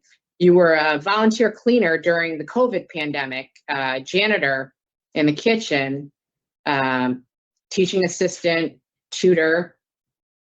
You've done a lot of things. Which job was the most rewarding for you? The one that I'm doing right now as a true mentor. it's the most rewarding because I don't just help one, I'm helping many, and I'm helping to have a bigger impact on guys and really helping them make a transition and transformation in their lives that's gonna help them return as a citizen, not as a criminal. And that would in turn help their family and other families as well. And so that's the most rewarding. Okay. And you've been there for how long? 5 years now. 5 years as a mentor. Okay. We read about your schedule. It's a very demanding schedule. Really, you're living in this program. So it really is a 24-hour job. Is this a paid position? Yeah, you get $56 a month to be a mentor. Okay. $56 a month. Wow. So you have to have some passion because you couldn't do this demanding job for $56 a month without, because I'm sure if you get $56 a month from someone in the community, you have so much support. So it's very clear that you're passionate about the work that you're doing. You've created multiple programs, career choices, thinking outside the box, grief, journey to understanding and healing, criminal justice committee, student seeking success, vocabulary builder. Which programs are currently running in the facility? Career choices, thinking outside the box, student seeking success. Okay. All right. You're also very much involved in your religion. Can you share some of that with us, please? Early on in my journey, I was looking for some type of like, I'm not very religious, but I'm very spiritual. I was looking for something to like really fill me with a sense of purpose and a sense of structure and discipline. And Islam provided that for me with the 5 daily prayers. And I think one of the biggest things that attracted me to Islam was the concept of treating others how you want to be treated yourself. You can't truly have faith in a higher power, in God, in good, if you're not going to treat others the way that you expect yourself to be treated. And that just tied into just understanding the natural human value that every human being has that should be respected. And so that was big for me in drawing me to the concept of Islam as a spiritual practice. And so praying 5 times a day is one of the disciplines that has helped me to stay grounded on a daily basis. Because when I go to pray, I have to remove myself from everything and everybody to just recenter and refocus my perspective and my purpose. And being able to do that 5 times a day, removing myself from the daily grind and everything that comes with, especially being a mentor, there's a lot of vicarious trauma that you take on from dealing with some of the stories that the guys share with you. And so being able to have something to like center myself is very big. And Islam has provided that for me, which is one of the things that I strongly will be able to take back with me into the community when I'm feeling the pressure of life, to be able to remove myself and reestablish myself and center myself spiritually so that I can get through the day and get through the task at hand. Okay, thank you. You mentioned the nickname Hammerhead that you got early on. Do you go by any other name in the facility, or do you have any nicknames? Just Macho or Camacho. That's what most people call me. They used to call you Killer. How'd you get that nickname? They definitely used to call me Killer, and I got that nickname, to be honest, as a joke amongst my friends because I had a lot of girlfriends at a young age. And so a lot of the friends that I used to hang out with, they used to call me Lady Killer. And then it got shortened to Killer. And it just stuck. And it was mainly amongst them that name was was used with me. And when I met Eric Henry, he kind of heard it and he mentioned it, he used it and teased me about it in sarcastic ways sometimes as well. But the real reason why I ended up with that name was because I had a lot of girlfriends at a young age and guys were teasing me about it.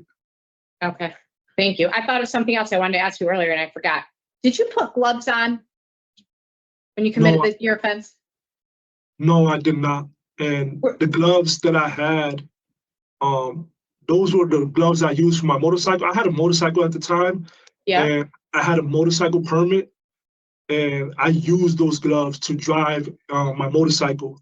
But I did not have my gloves on that night to when I shot and killed Mr. Linczynski. Were the gloves in your bag? Where were the gloves found? No, the gloves were in my pocket. I had my gloves with me because I was riding my motorcycle earlier that day. And so I did have my gloves with me, but I did not need to put my gloves on because when I went up there, I didn't have my motorcycle, but I always carried my gloves with me because my main means of transportation was my motorcycle. Okay. They were in a jacket pocket? Yes. Are you still teaching Spanish in the facility? Yes, I am. I just taught last week on Friday was the last cycle that I just taught with a new cohort, and they just graduated. I just presented them with their certificates of completion. So yeah, and I'm still teaching it. And then were you fluent in speaking, reading, writing Spanish when you came in? Yes, I was. Okay. All right. I think, we could go on forever today, right? I could ask a million questions, but in the interest of time, because we do have other people to see after this hearing, and I certainly don't want to take time away from the victims' family members who are going to speak. So I'm going to pass it to my colleague and see if she has any questions. Ms. Keys. Thank you, Madam Chair. In light of everything we've read, all this research we've done, your opening, and my colleagues' questions, I do want to hear from the victims and get to that. I do have one question. We have received, as my colleagues mentioned, dozens of support letters from formerly incarcerated mentees, fellow mentors, correctional professionals, Bureau Institute of Justice, academics, and others. Fellow former inmates and staff do affirm that you have had life-altering positive impacts on individuals that have led to real benefits in the community. And one example that stood out was someone who came in hell-bent, excuse my language, on revenge and was just going to get through their time and then go out, and their intention was to commit homicide. And then they talk about the relationship with you and how you completely transformed, in their words, not just that plan, but their entire way of looking at themselves and everything about themselves. So, and correctional officers, as I said, have affirmed this impact that they have witnessed, the unique ability you seem to have. So you're having you're creating great benefit in the facility. How might society benefit more from you being in the community than it is benefiting now with you in the facility? I believe with the programs, specifically through AVP, Alternatives to Violence Project, one of the goals and ideas that I had a while ago was, how do we get this into the community and schools and start implementing an AVP mindset at a young age? And it's something that's actually already started in some other states where AVP is live and active in the community, live and active in some schools. And if I'm able to go out there and be able to take part of that, I think that it can have tremendous effect in preventing youth violence, and from a lot of youths going through the experiences that I've been through, and being able to not just curb violence, but create spaces where kids who should know better will know better and will be able to make better decisions. and it will open up a platform where I can reach more, an even greater number in many communities, not just in one community. Because this is happening all over the place. It's not just in one community, it's in many communities out there. And they need proactive anti-violence advocates such as myself to go out there. And one of the things why I believe is because those closest to the problem are those closest to the solution. And for a long time, I was a part of the problem. And now I want to be a part of the solution. And sometimes prison, unfortunately, can become a dead-end stop for some of these younger guys once they've already got here. And it's almost too late. And so if we can help prevent them from coming into prison by having a change of mind state out there, then I think that can be very more impactful on a greater scale than it could ever be within the prison system. And I want to be a part of that, and I can contribute to that.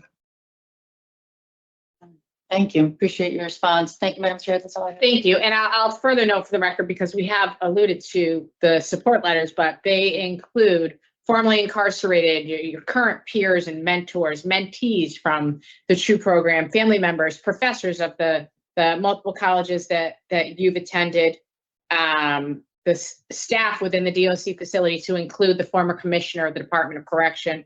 In addition, we did receive verified employment offers from trucking company, a law firm for paralegal or legal assistant position, as well as an advocacy group coalition. So at this point, I will ask the Office of Victim Services to facilitate the victim input. Ms. Hamlet Williams, thank you for joining us.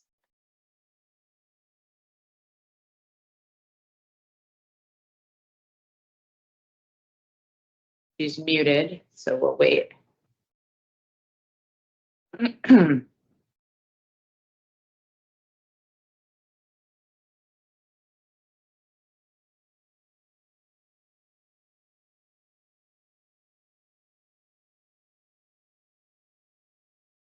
Ms. Hamlet Thank you, Williams, I Madam. see.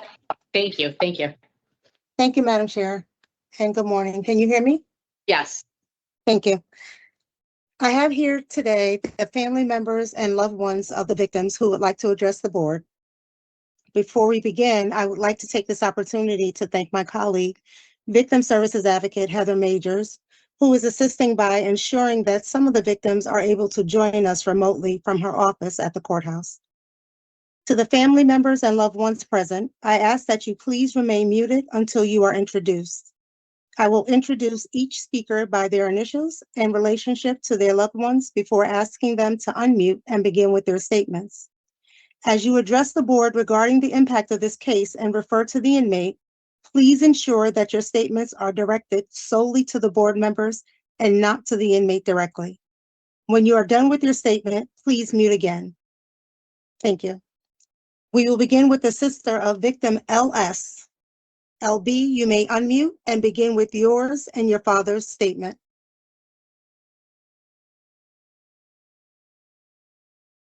Can everyone hear me? Yes. Okay, good morning. I'll begin with my father's statement. He has a letter prepared.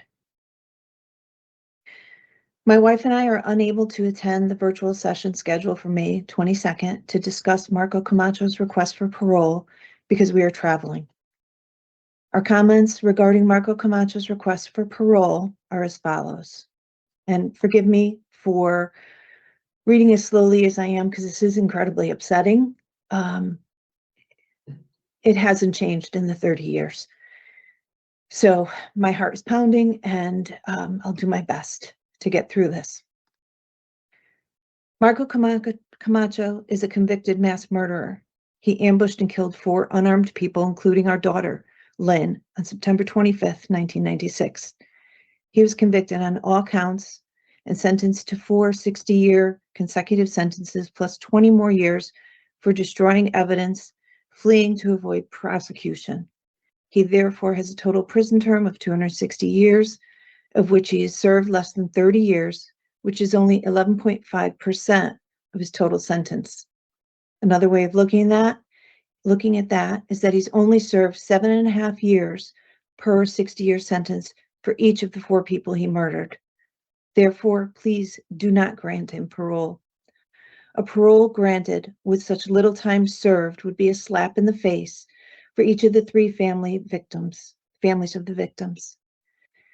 At the end of the 3-month trial, when the sentence was read, we felt that the state had done its job by accepting its role to provide prosecution and punishment fitting the severity of the crime. This is Mr. Camacho's 3rd attempt at getting parole, both first and second denied by the board. So my question is, what has changed? The last request of his was for a sentence reduction, and the judge turned that request down, also citing the severity of the crime and the strong disapproval of the victims' families. Speaking for our family and the other 2 families, we strongly disapprove of the parole request as well. After the sentence reduction hearing at the courthouse, we all discussed these possibilities and were all of one mind. No. It took 28 years for Mr. Camacho to tell the victim families that he was sorry for the very first time. He did it as part of his choreographed presentation that was staged for the sentence reduction hearing. He hung his head with his back turned toward us and mumbled that he was sorry. My impression was that it lacked sincerity and was only a scripted part of his presentation.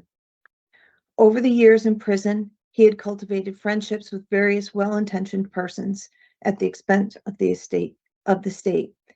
Who spoke for him. My impression is that he is gaming the system, and as long as the state continues to support contact with outside people, he will continue to do that. He's not a stupid person. He's just a mass murderer. With the board's permission, I would like to have my daughter Lisa read my letter that I presented at the sentence reduction hearing. I think that it's pertinent to the parole board to discuss because it shows the chronologic order of things and the brutality of the murders. Now, I understand that you have that information and that you have read it. It was a very lengthy letter, but it did go through piece by piece how brutal and awful this was. So I will not read that because I understand that you have all read that and signed off that you have as well.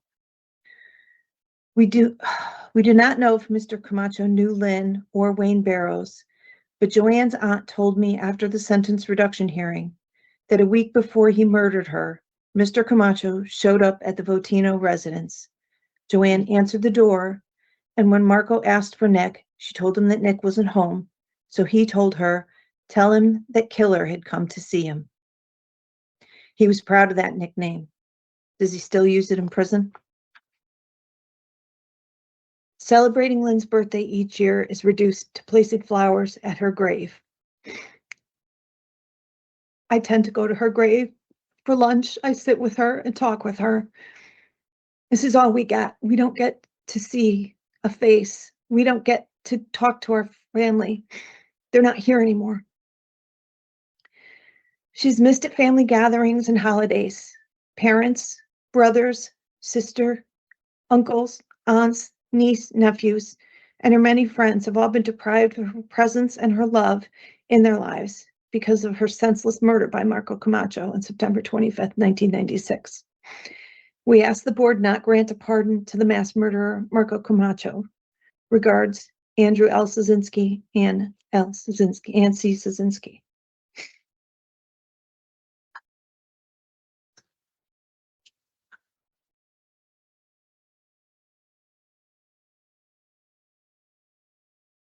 I have a letter from myself as well.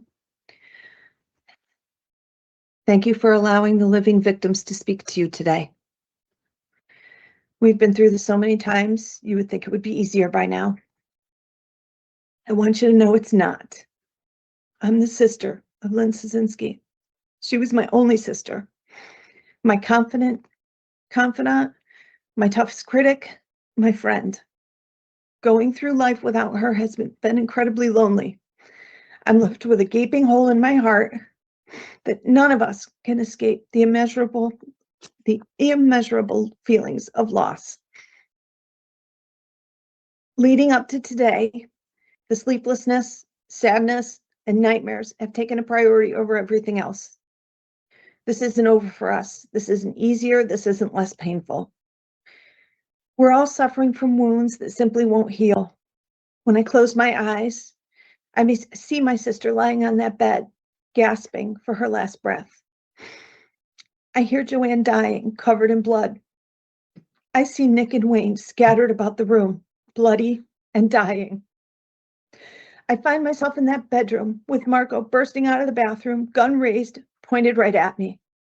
The dreams are loud, the dreams are violent, and the dreams are frequent. Every court filing pulls us all back into mourning.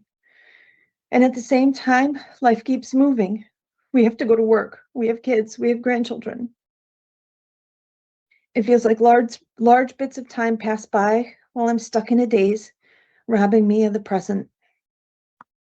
These murders are ever present in my mind and that of my family and our friends. Each time I run into a friend from town, the first thing they ask are, "How are your parents?" The pained look on their face as they ask.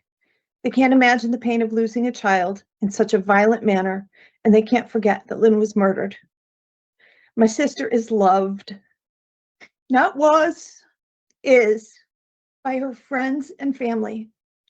I see her in my children. I see her in my grandchildren. Her bright smile, her big blue eyes, her strength, her laugh. She loved to laugh, and she laughed a lot. We've all missed out by not having her here with us. I feel that even more at every family gathering. In a cruel twist of fate, one of my granddaughters was born on September 25th. A bittersweet gift on the anniversary of such a haunting day. The point I'm trying to share with you is it isn't over. We're still suffering.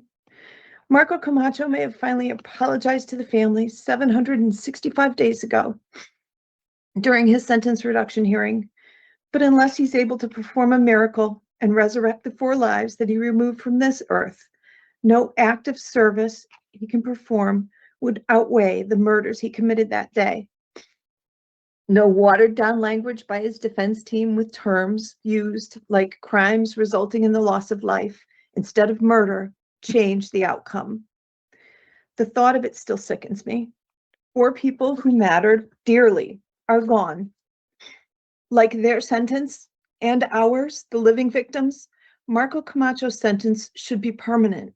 He should remain in prison for the entire 260-year sentence. I beg that you come to the same conclusion. Thank you for listening. Thank you.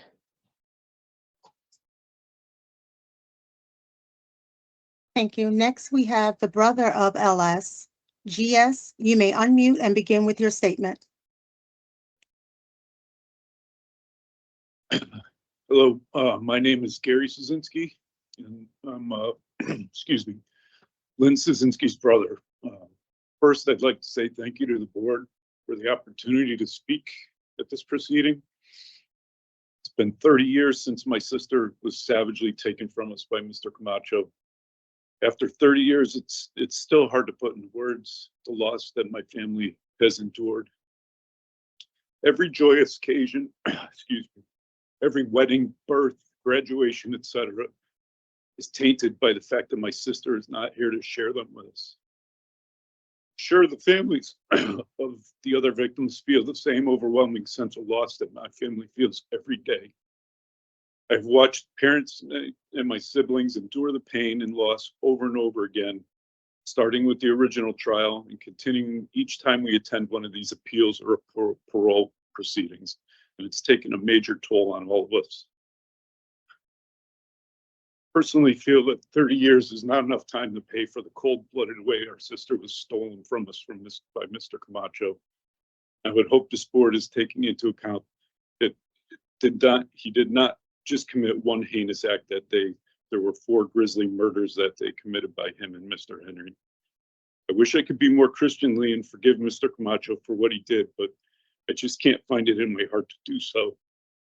There's no amount of time that can pass that will bring my sister back, and there's no amount of time that will heal our heartache. I would ask that the board seriously consider if they would want someone that is capable of committing the kind of senseless violence that Mr. Camacho did, living next door to each of you if he were to walk free. Thank you again for allowing me to speak. Thank you. Thank you. Next, we have three sisters of WB who are all together. You may unmute and begin with your statements in the order that you have decided.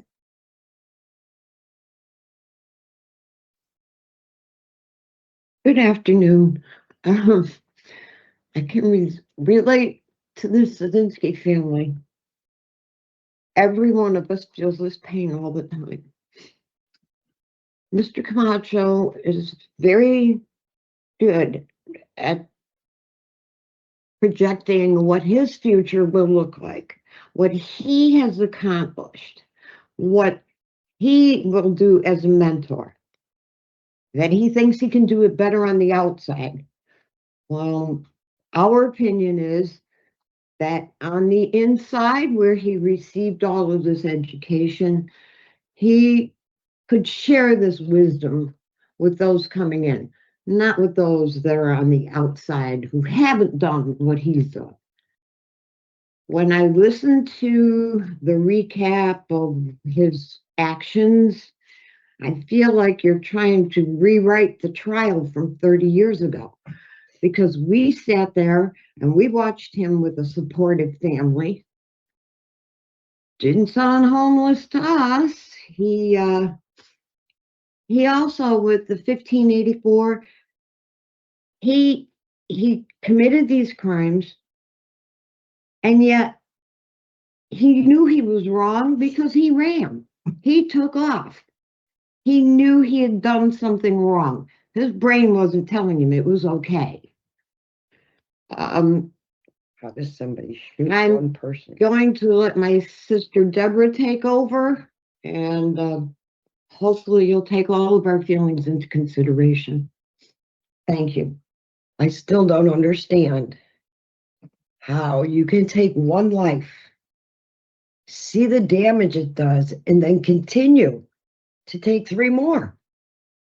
And it took you 28 years to stand up and say you did it, take accountability for it, and then to sit here and tell this board that, oh no, you didn't do it. You only killed Lynn. Eric Henry killed the rest. Why didn't you say that in court? You didn't talk about being abused when we were sitting through those trials. No, you sat there with a smirk on your face. You thought you were still Mr. Big. I hope that from now until my life ends, you stay right where you are. Because if you think it's fun to go to the cemetery, to my brother's grave, in the military section, because he did something for the United States, something you've never done and never will do, you're wrong. And you'll never, I don't care how much you say it, you will never feel our pain. Was your grandmother murdered? No. She died and you couldn't go to her wake. Oh, boo-hoo. We had to go through those autopsy pictures. We had to see what you left behind. Thank you very much. That's an image I'll never, ever get out of my mind. Have a nice life. Thank you, board, for allowing me to say what I had to say. And believe me when I tell you, the pain is real. Thank you. Oh, I can't. Tell you, Rose can't. Rose cannot speak at this time. It's too emotional for her. Thank you for your time. Thank you. Thank you. Next, we have the sister and aunt of victims NV and JV.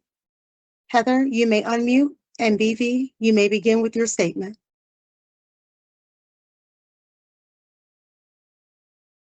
Is that me? Yep. Okay.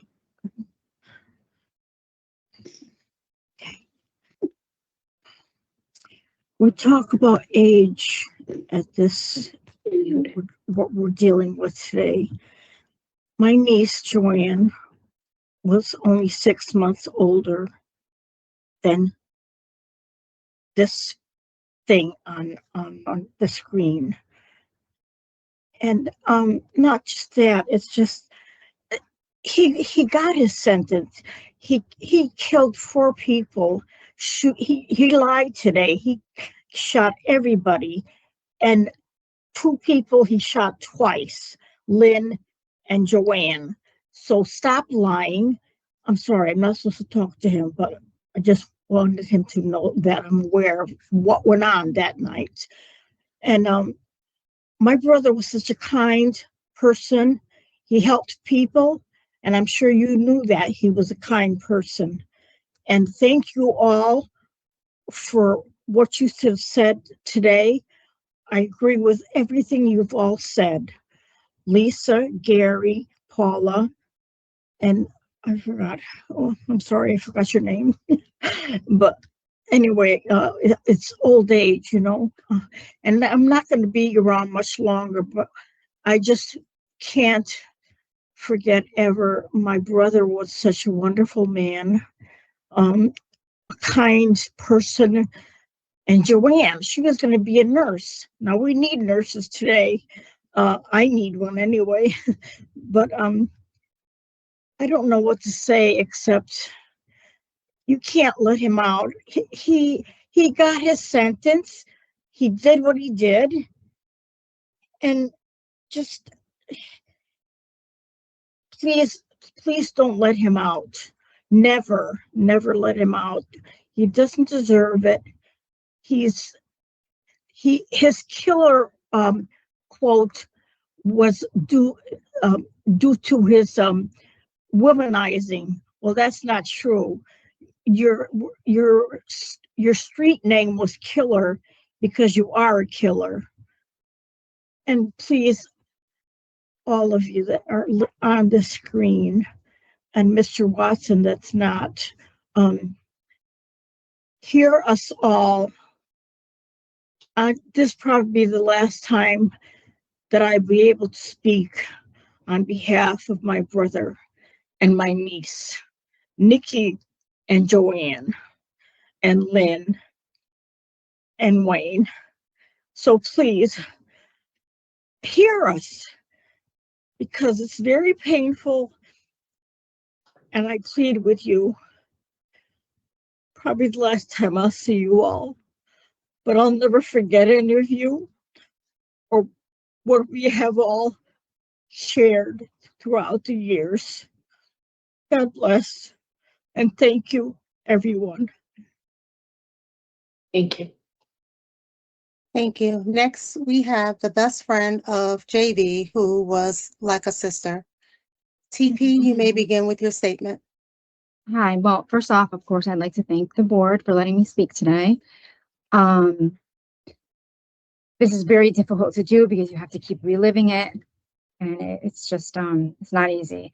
The pain, the anxiety, the stress, the emotional toll that her murder, was taken on me is insurmountable. Her murder, it just put a hole in my heart that will never heal. It'll always be there. And having to prepare the statement, I'm flooded with emotions. It's very difficult to deal with. And I'm going to keep that short. My main thing here is that, so I don't think he should be granted parole.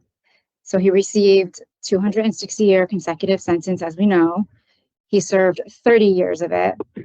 And as Lynn's sister stated, 7.5 years per person is basically what he has served thus far, seeing it was a consecutive sentence, and that is not nearly enough time served for a murder charge. That's unbelievable. And how about this? He took 4 lives, and he only has to pay back his 1 life. I think that is a great deal. I mean, that's not asking too much. He's excelling in prison. He's doing so great in there, as he stated himself, as the board has even noticed. He's completing programs, went to college. He's doing extremely well, being a mentor, hopefully changing some of these kids' lives for the better.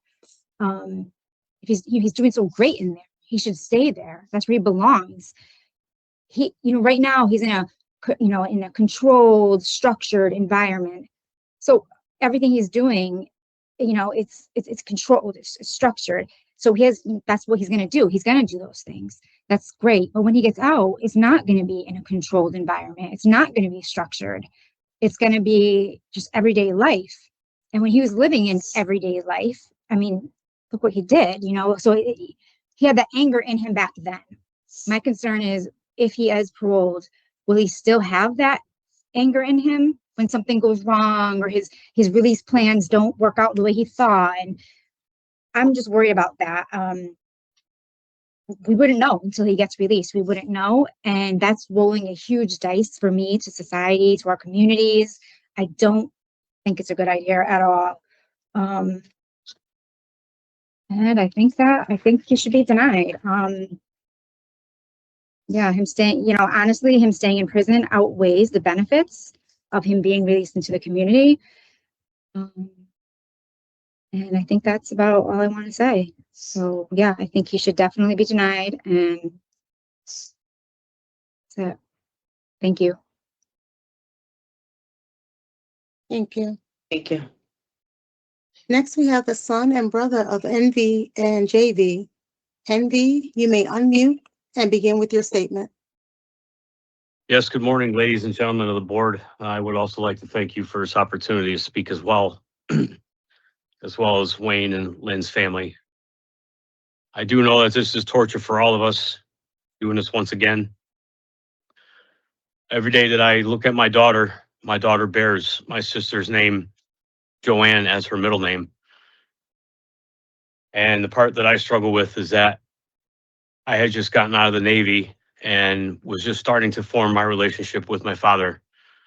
And he was so violently taken away from me, and I didn't get a chance to get that. And I still will never be able to do it. I will also say that when I hit the age of 50, I swore to myself that the next remaining years of my life would be dedicated to my father, because my father was taken at the age of 50. So I also am a huge proponent of him not being released as well. Yes, he's doing great. I heard it all during the sentence modification as well. However, that still doesn't take away from what he took away from all of us. And there isn't a day that goes by that I don't think about my sister and my father, and how the relationship that I was getting ready to have with him was taken away from me so quickly. In such an infancy of a relationship with him, now I can't have. So I ask the board, as well myself, yes, he was sentenced to this time, and I think he should stay in and finish his time. With that, I will conclude, and thank you all. Thank you. Thank you. Lastly, I will be reading statements submitted by the son and brother of NV and JV, and then a statement from the wife and mother of NV and JV.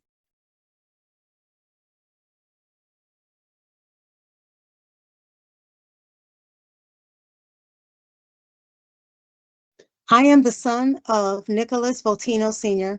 and the brother of my sister, Joanne Votino, two of the victims that were so brutally and tragically shot and killed by this mean, uncaring monster. I was only 13 years old at the time. My sister Joanne was my whole world. I depended on her for everything, and she was always there to help me be a good person, helped with my homework, and always gave me advice.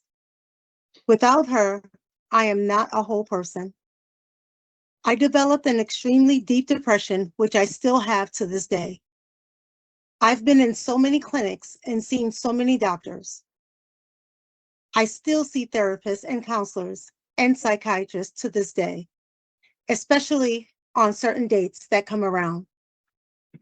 I live with my mom because I am too afraid to go out on my own. I constantly have visions of this brutal death that Joanne and my dad had to encounter. 2 weeks ago, when I first heard of this parole hearing, I had an anxiety attack, and my mom had to call 911. I was in the hospital for 2 days. This horrible monster has destroyed my family and my life. This horrible monster has destroyed my family, and my life is a life of total depression. How could a monster have any kind of freedom when he is making me and my family suffer so much to this day? Please do not release this horrible monster. What he has done to me and my family is unforgivable.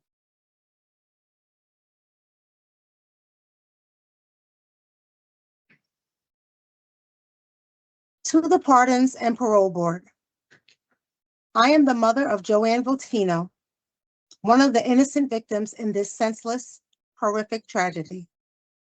She was only 18 years old and was every mother's dream. She was very independent and responsible, always straight A's in school, and was enrolled in nursing school. She did not drink or smoke or use drugs of any kind.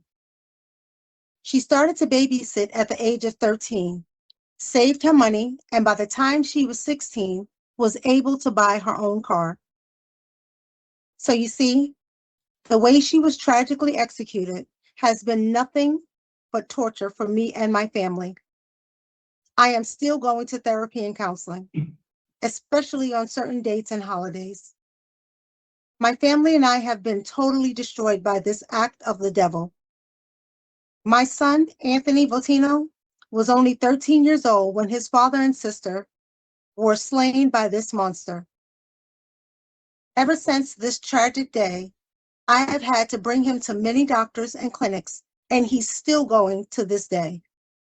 He is still seeing therapists, counselors, and psychiatrists. And for how long? God only knows.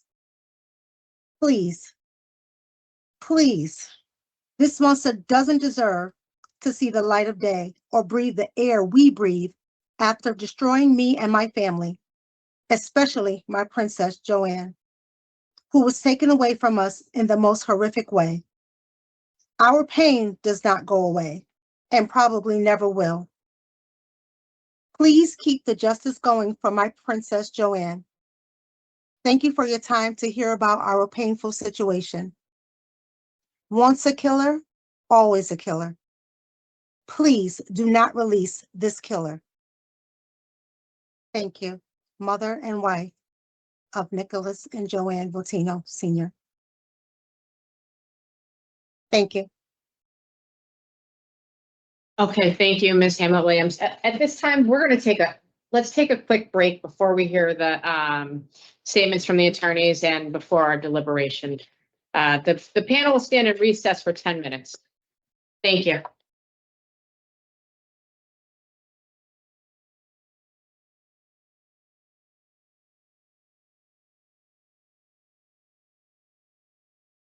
Okay, we will come out of recess now. Thank you, everyone, for your patience.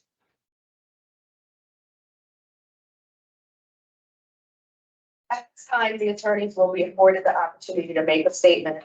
Attorney Watson, do you wish to proceed? Yes, thank you. I'm going to be brief. I appreciate this board's time for letting me address you as it pertains to this matter. I would also like to extend my appreciation to all the families of all of these 4 people that were murdered for having the courage and the ability to appear in front of this board yet again, to appear in court multiple times and relive in a tragic event that has taken so much from you. I can only imagine the way that makes you feel today and every other time that you've done it. Mr. Camacho made a choice. Made a choice to have a trial. That trial went through. He was convicted. A judge made a choice to give him 260 years. Mr. Camacho appealed. The Supreme Court affirmed that conviction. He made the choice to appeal. Mr. Camacho filed for a habeas petition action. The judge again denied that request. Mr. Camacho appeared before this board previously for a commutation, if I'm not mistaken. The board denied that request. Mr. Camacho appeared for a sentence modification in front of Judge Keegan, which I was present at. Mr. Camacho's request was denied. Those are all choices that Mr. Camacho made. And I say that to the board because I'm struck by the following. When one of the board members asked Mr. Camacho if he was on drugs at the time of this offense, Mr. Camacho's quote was the following: "I didn't like the way they made me feel. They made me feel like I wasn't in control of myself as it pertains to hard drugs." So he had the wherewithal to understand that hard drugs didn't make him feel like he was in control of himself. So he wasn't on him the night that he committed these murders. I bring that to the board's attention because when another board member asked him what it pertained to Mr. Henry and the other individual in their relationship, he stated the following: "They weren't controlling me. I was in control of myself." Mr. Camacho had the wherewithal to make both of those statements, one indicating that he didn't like the way hard drugs made him feel because he wasn't in control. So I can only extrapolate the fact that he was in control that night when those 4 people were brutally murdered for no reason. Every day as a prosecutor for these past 26 years that I've been one, they've asked me to put an evaluation on a human life. Now more than ever as the state's attorney, I tell you that is impossible to do. Yet we are tasked with doing that on a daily basis. 4 people lost their lives for what amounts to be $400. $400 is the cost of 4 humans that will never walk this earth again because of Mr. Camacho's actions. That's simply unacceptable. I would ask this board to consider the following. Consider that there should be truth in sentencing in Connecticut, especially in an incident involving this. Consider it for these victims' families that have had to endure multiple requests and relive this every single time it comes up again. Consider that. And please consider the severity of these crimes and do not decrease them. Thank you. Thank you. At this time, the private attorney will be, we will now turn it over to the private attorney. Attorney Van Cleve, do you wish to proceed?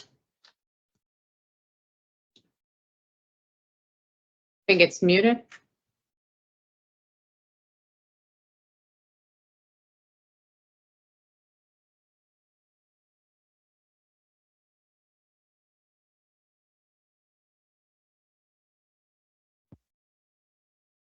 Can you hear me now? Yes. Yes, thank you. Thank you, members of the board. I am truly honored to be here representing Marco Camacho, and I am grateful for this opportunity to ask for his release on parole. Marco is not the same person that he was at the age of 17, and to say that he has transformed from the person that he was is an understatement. The work that he has done in prison for nearly 30 years is going to have a lasting impact on communities inside and outside of prison. I first met Marco in 2018, and this was long before I was representing clients in Connecticut and long before he became my client. At that time, Marco and his co-mentor were leading a group in discussions about rehabilitation and criminal justice reforms, and my colleague and I, received an invitation to meet with them. We collected some students and we met with Marco and others in the mentors group in November of 2018. The goal was to talk about what reforms were most needed in the criminal justice system. What I still remember from that meeting is that none of the reforms that came up during the conversation were ones that would get them relief in their own cases. With no guarantee of ever getting out of prison himself, Marco talked about the need for reentry supports for the men that he mentored. He talked about keeping kids in schools and out of prison. He and the other mentors talked about keeping communities safer. They spoke with a desire to use their experiences in service of a larger vision of justice and healing. 8 years later, Marco has not wavered from this commitment. I've gotten to know him over the last 4 years, and I've listened to him talk passionately about the work that he does in the TRUE program. I've come to know the people whose lives he has impacted on the inside and who are now released. And I've seen the effect that he's had on our clinic as well. Marco has taught our students more about the power of rehabilitation and what true commitment to individual and social transformation looks like, more than I ever could have taught them in the classroom. I do recognize that questions have come up about what happened on the night of the crime and how it unfolded. And I do want to emphasize that the co-defendant in this case told multiple wildly conflicting stories in order to shift the blame to Marco. But what is undisputed is that the co-defendant was older and had a great deal of authority and power over Marco at the time. What is also crucially important is that Marco takes responsibility for the 4 deaths in this case, and he is profoundly remorseful. I also think that what happens after the crime matters as well. Marco confessed immediately to the state's main witness, and he prepared to turn himself in, but he was arrested just hours before his family in South Carolina was able to bring him up here back to Connecticut. After that, Marco spent the next several years grappling with the tragic consequences of what he had done. But then, importantly, Marco embarked on a dramatic transformation. He began formal and informal programming and education. He began openly sharing his guilt and his remorse with those around him. And from there, he became a mentor, an educator, a program facilitator. He invented programs. He embraced anti-violence, and he became the person that I met in 2018 and the person that I am truly honored to know today. So with that, I do thank the board for your time. I'm going to turn it over to Ms. Savio. Thank you. Over the course of this past year, I have had the privilege of working closely with Marco and observing firsthand the depth of his rehabilitation, reflection, and commitment to others. What stands out most to me is his genuine empathy and his consistent dedication to positively influencing others around him. Marco has taken on significant leadership roles within his community. He feels a deep sense of responsibility for the growth and well-being of incarcerated younger youth. Working with Marco over the past year has allowed me to not just see the accomplishments on paper, but the person behind them. Our meetings would often begin with him sharing about what he's been studying in social ethics or reflecting on ways that he has positively influenced those around him. I even remember one conversation where he was not speaking about himself or highlighting himself, but instead highlighting a conversation that he had about helping to de-escalate a conflict between 2 mentees that had just joined his unit. To me, these moments gave me insight into Marco's true character, and one that is grounded in empathy, accountability, and care. Today, Marco demonstrates accountability and personal growth. His institutional record reflects this. His leadership and participation in initiatives such as the Alternatives to Violence Project and the True Unit show an individual who has channeled his lived experiences into meaningful guidance and support for others. The materials in the record tell the story of sustained transformation, rehabilitation, and service to others. And these are the exact considerations that the board is tasked with today. First, the board must consider the reasonable probability of not violating the law. Marco will be a law-abiding citizen if released. For more than 20 years, he has maintained a disciplinary-free record within the DOC. And during that time, DOC has entrusted him with significant responsibilities, leadership roles, reflecting institutional confidence in his judgment, reliability, and character. Equally important, Marco has dedicated himself to mentoring others and encouraging younger incarcerated individuals to pursue lawful and productive lives. His commitment to steering others away from violence and toward accountability speaks volumes about the life that he will live in the community. Marco will thrive in the community and present no risk. Research and experience should guide the board's decision today. Individuals who serve long sentences for crimes committed as children in Connecticut have an extremely low recidivism rate. Research across the country shows again and again that individuals who receive a college education in prison reduce the risk of recidivism. In fact, the risk plummets. Second, the board should consider if the benefits of release outweigh the benefits of continued incarceration. Marco has demonstrated growth, maturity, and rehabilitation that Connecticut's juvenile sentencing framework seeks to recognize. Continued incarceration would do little to further the goals of punishment, or deterrence, while release would allow him to continue contributing meaningfully to his family, community, and the many individuals he has already impacted through mentorship and restorative work. Third, the board must consider demonstrated rehabilitation. Marco's record demonstrates extraordinary rehabilitation. The volume and consistency and immensity of the materials submitted speak to his profound imprint that he has left inside and outside the Department of Corrections.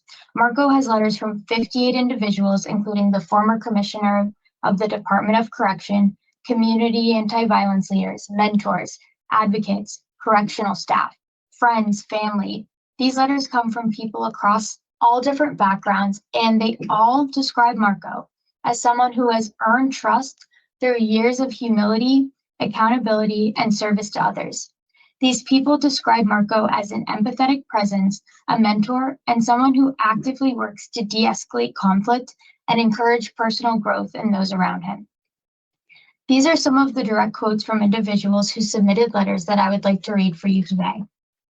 Marco is one of the most sought-after voices from our youth inside the prison space.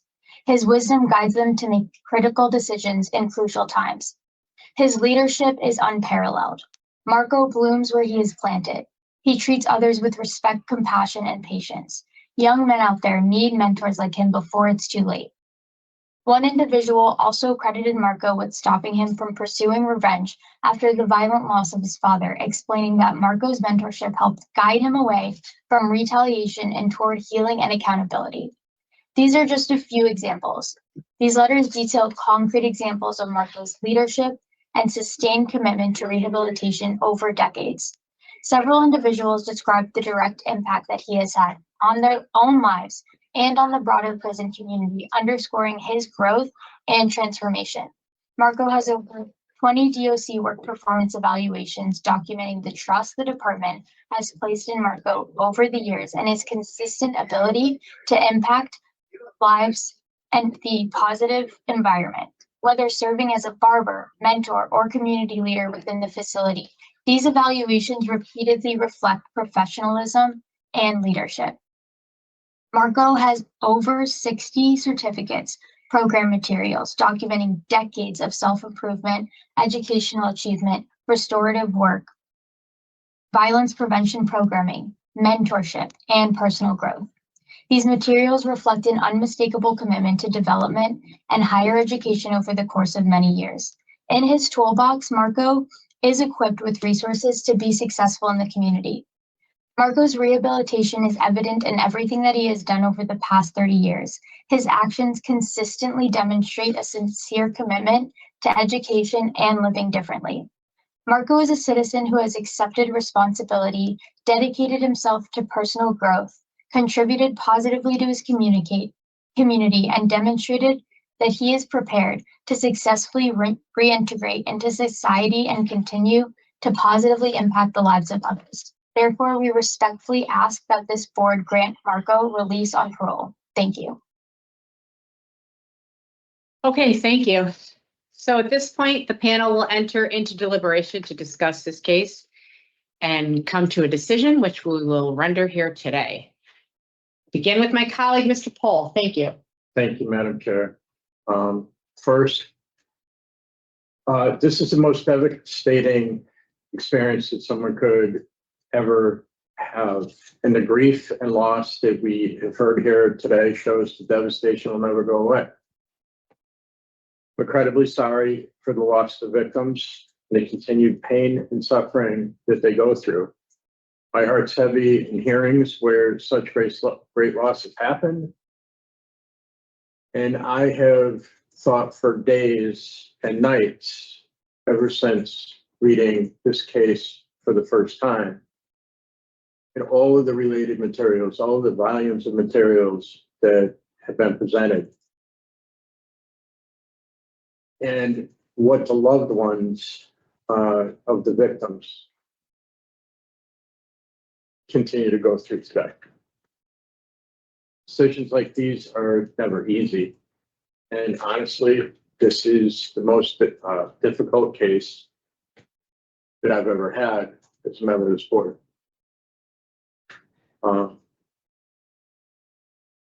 One of the documents that I read as part of this case was a sentence modification hearing from May 31st, 2024. And Judge Keegan's decision outlining the case and all of the change and accomplishments that Mr. Camacho has had during his incarceration.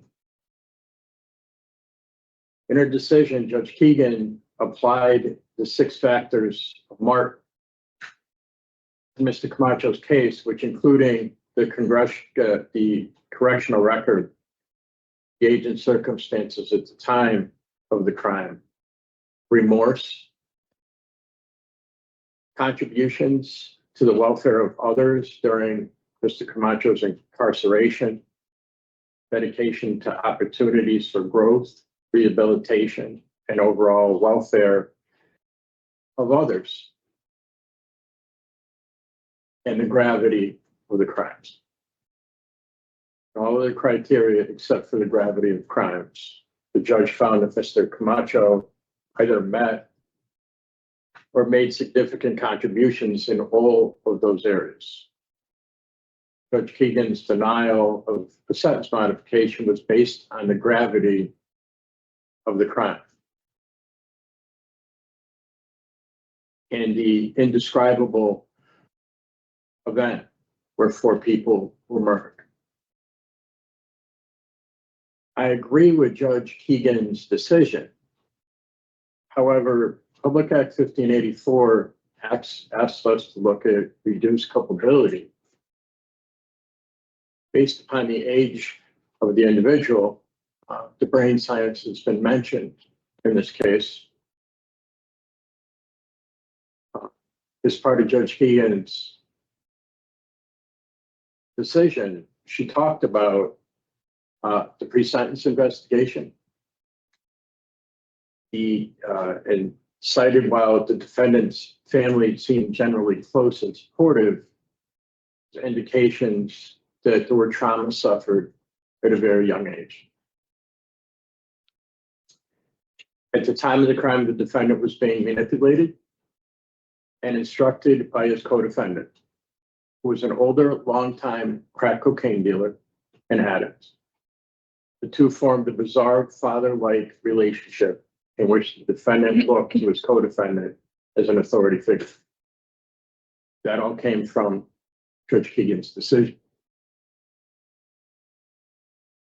I believe that Mr. Camacho has reduced culpability based upon his relationship with Eric Henry and his mental and emotional maturity level at the time.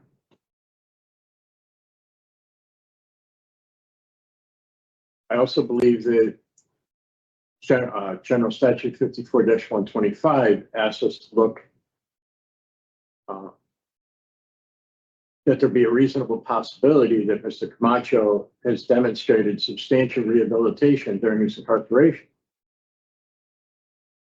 And as cited by Judge Keegan and in all of the other material of what Mr. Camacho has done since then, that he'll remain at liberty without violating the law.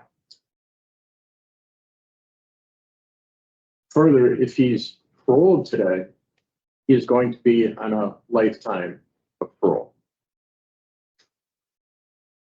I also believe, which is cited in the statute, that he will continue to bring benefits to the community. So obviously what he's done inside, he would continue to do outside. During the sentence modification, former Commissioner Scott Semple submitted a letter in support of a sentence modification, in which he says that Mr. Camacho gained the admiration and respect of staff, peers, and young incarcerated people fortunate to be assigned to this nationally recognized model, speaking of the True Unit. Its success belongs to him and so many others. In my view, he's been on an ongoing mission of transformation that has ultimately changed the course of his life in a meaningful way. He's developed traits that arguably did not exist prior to and during his initial exposure to the justice system. In my view, he's been redeemed and will continue to excel if given the opportunity to re-enter society.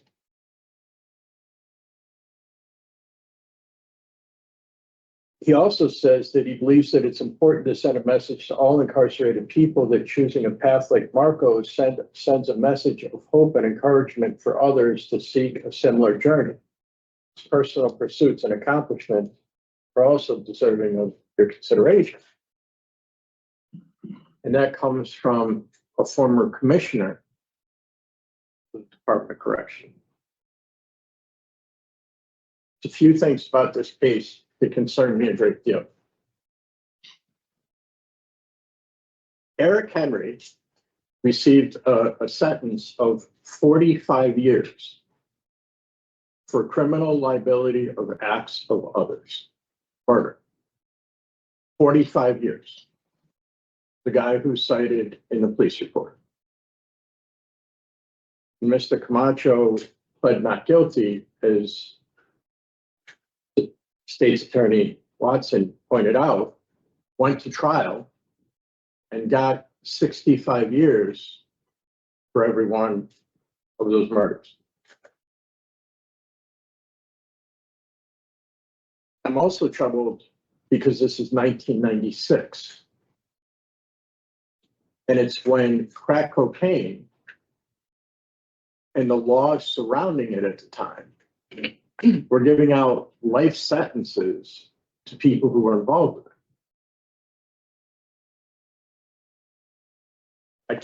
I have to look back to the time.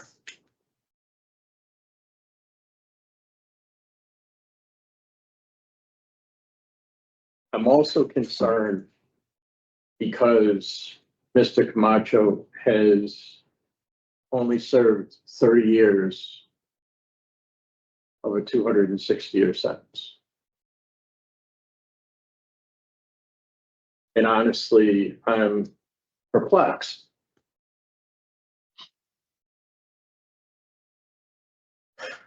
Because I understand where we are. I sincerely hear the families. I sincerely understand that there are 4 people who are dead. And as admitted, the only 2 people that know what happened are Mr. Camacho and Mr. Henry.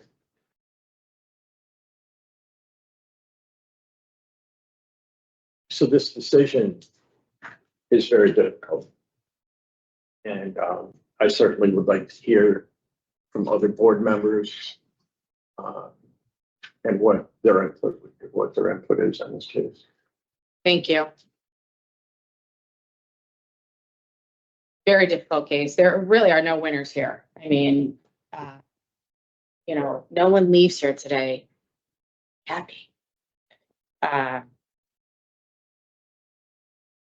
Okay, so I'll speak to Public Act 1584 and the criteria that we're asked to look at. The reasonable probability that he could remain crime-free in the community. I believe there is a reasonable probability. I don't believe he's a risk to the community. I don't believe he would commit further violent offenses. I think that criteria is met here. The benefit to society outweighing his release, outweighing his continued incarceration. I think he could contribute to both, I think he has a lot, he's educated, he has a lot to offer the community. I think he has a lot to offer the facility. He could do both from the outside, he could still benefit what's going on the inside from the outside. Rehabilitation is the 3rd criteria. It's met. He's rehabilitated himself. He's educated himself, taken every program possible. He's completely changed his life around. He's a different person. He's not the 17-year-old who committed these horrible offenses and came to prison. And I also believe that there is a diminished culpability. He was 17. Was he aware of what he was doing? Yes, he was there. He was present. He was sober at the time of the offense. Was he aware? Yes, but I think due to his age, he didn't consider the ramifications of what he was doing.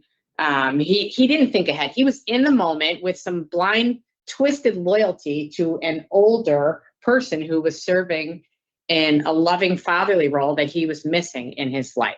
So I do believe this case, Public Act 1584 was made for a case just like this. What Public 1584 does not address is the injury and the impact to the victims and their families. That is left to the discretion of the parole board. I can completely understand why every family member who came forward today would have an issue with paroling someone at 30 years for 4 murders, 7.5 years per life. That's where our discretion comes in this case, because I don't believe Mr. Camacho should serve the rest of his life. You can't serve 260 years, first of all, but I do not believe that Mr. Camacho should serve the rest of his life in prison. I do believe that he's rehabilitated, and I do believe that he should be allowed the opportunity to go out into the community. I also believe that it's too soon. I believe that the victims are still very much in pain, suffering today as much as they were at the time of the offenses. And for that reason, my vote today would be to deny parole, but to rehear this case, revisit, as much as it will be painful for the victims' family members to do so, I would revisit this case for another parole hearing in the future. Ms. Keys. Thank you, Madam Chair. I agree with everything people have said. Pretty much, this is a horrific crime. There's no question. I don't think any of us want to be the panelists on this panel having to make this decision. It's horrible. There's no question. And nothing's going to change that. Nothing could change that. I am a policy and practice-oriented person, and so struggling with the emotions of this and the reality of it, and all of the information, and just the immense harm that's been done, I look at the policy and the language, and I was going to recite it. I'm happy that my colleague did, and one of the attorneys did, and as the chair had mentioned, Mr. Camacho in my mind, has met what is outlined in the policies. He has, and I can't imagine what more we would ask. What else could he do? I mean, and nothing is going to change the horror of what's happened, of what he takes responsibility for. But he's already met it. There's nothing more that he could do to improve the situation. And I think if we agree that he's met it, then he's met it. And 30 years, although it's nothing compared to 260, is significant. I mean, he was a teenager, now he's a middle-aged man. He's created programs. He's brought those programs to other places. He's training people in the community and the prison. I mean, but hearing the victims is just devastating, and it's a very difficult case. But so that's where I go to the policies. I go in what's black and white. For me, he has met it. If the policies need to change, that's another issue. To me, also, this is a sign of corrections, in a sense, working. They took in someone, or sent someone who was admittedly very broken and had committed immense harm, and supported an environment that allowed this type of rehabilitation and this degree of change. This is what we would want from someone that goes in, and what we would want of our correctional system and our judicial system is to take someone who's created that level of devastation and actually make them into a model human being. And I mean, the letters from staff and inmates talk about him becoming not just a model inmate, but a model citizen. That model citizen was said a few times. And I really respect the opinions of the correctional professionals who are in there and live with him essentially day to day. They see it and they can differentiate between people who are really, in my opinion, really have created the change, meaningful change, genuine change, and those who maybe are trying to just win over and get out. So that's, I'm in favor today as much as it's hard to say, but I am. Thank you. Okay, thank you. Did you want to say anything else, Mr. Paul? I mean, I agree with both of you. Yeah.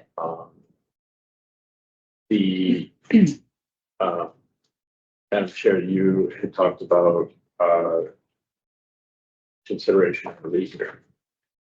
And that's one of the things that had troubled me in the list of things that I had was struggling with 30 years. You know, and however, the statute is the statute is the statute.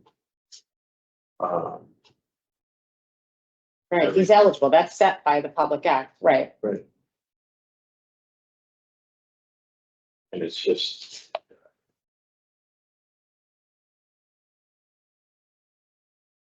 I don't know. As far as yeah, time frame, I don't know.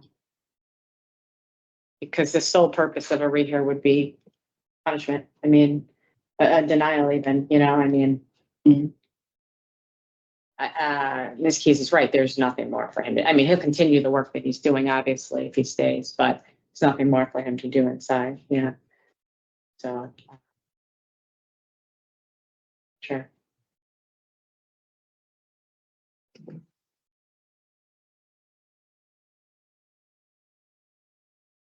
For me, so Mr. Camacho did not belong in prison for the rest of his life. No. He's in a place We all agree that, yeah. where he's helpful both inside and out in all of the things that were just said.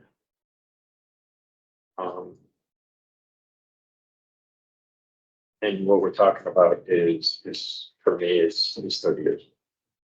And unfortunately, the statute doesn't give us any guidance on, you know, where we are.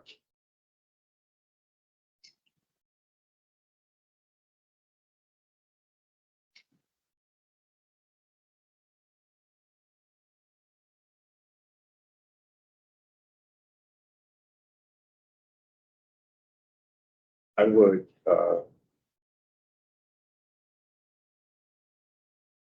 support denial and bringing him back in 5 years if that's the case. Just I'm struggling with the 30 years. Yeah. 30 years. Yeah. Okay. All right, 5 years, yeah.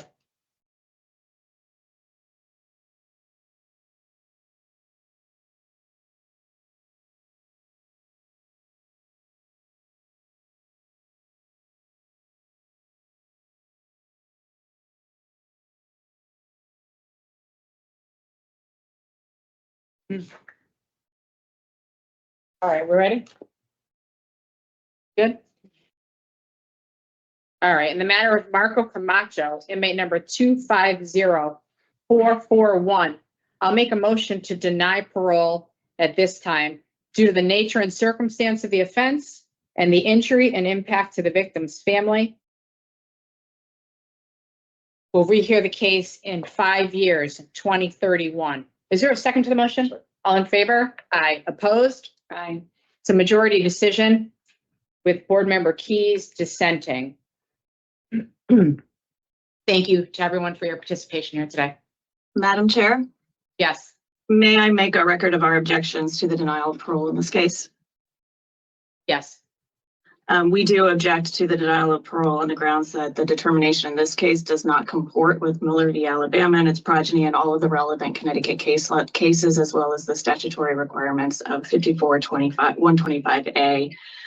We do object on the ground that Mr. Camacho is entitled to a meaningful opportunity for release based on his demonstrated rehabilitation, which we feel has been done, and also on the grounds that the information received and considered exceeds what is permissible under Bossy v. Oklahoma and 54-126A. Thank you. This concludes the parole hearing for Marco Camacho, 250441. It is 12:27 p.m. Now, I'm going to get a lot of things off my chest. There's a lot that I need to say, and I imagine there's a lot that you are thinking as well. And then we'll go into the information. We'll go into the appeal. We'll unpack what, according to the justice system, actually happened. But it seems that a lot of that isn't really relevant in this parole hearing. They're all just taking his word for it. It's like, oh, he was the innocent guy. He only pulled the trigger once, and let's just believe him. I can't wrap my mind around it. It's the most insane, unhinged thing that I have seen. Why is the parole board? He was found guilty. Now you're going to take his word for it and say, well, because he said that he was pressured into, that's not what happened. That is not what happened. You know who should sue? His co-defendant, Eric Henry, should sue because he's the one who's now being accused of pulling the trigger. Isn't that defamation if by a court of law he was considered not the man who pulled the trigger? He's going to be getting out in 2041 after he serves his date because a jury found that his co-defendant, the man whose hearing we just saw, is the one who pulled the trigger. Are you guys going to rewrite the facts of history? His attorney, I'm going to object. Shut up. Object what? You know, Keys, I think she has earned herself a new nickname. You know, she had the moniker of the empty suit because she never had a backbone. She just like apologized to every parolee, no matter how evil they were, and you know wouldn't do anything. She just go along with everyone else. But in this case, she's the only dissenter. She wanted to parole him right away. I go by the letter of the book. I have to parole. There's no reason to keep him up in here. Well, that's not true. As a parole board member, you are required to, allowed to take into account the pain of the victims. That's forgetting the fact that he's still denying his culpability in the crimes, in murdering 4 people.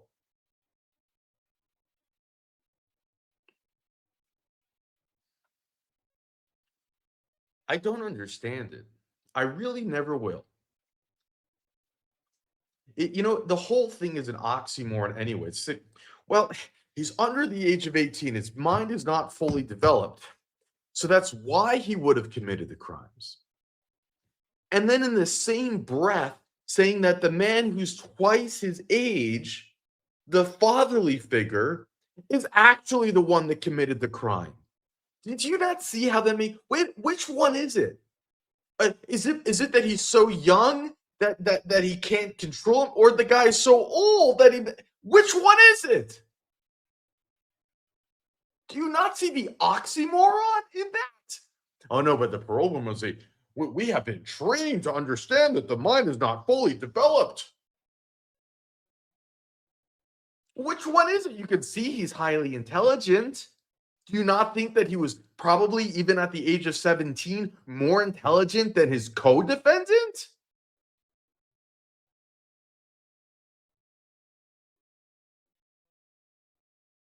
You don't think he could have manipulated anything? You don't think that he's the one to pull the trigger? And the crazy thing is, as the DA pointed out, he didn't even smoke drugs. He was sober. And you know what pissed him off? You know what set off these murders?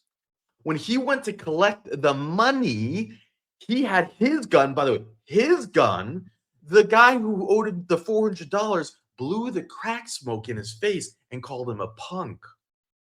That pissed him off, not just because he was insulted at being called a punk, but because he didn't like the smell of crack smoke.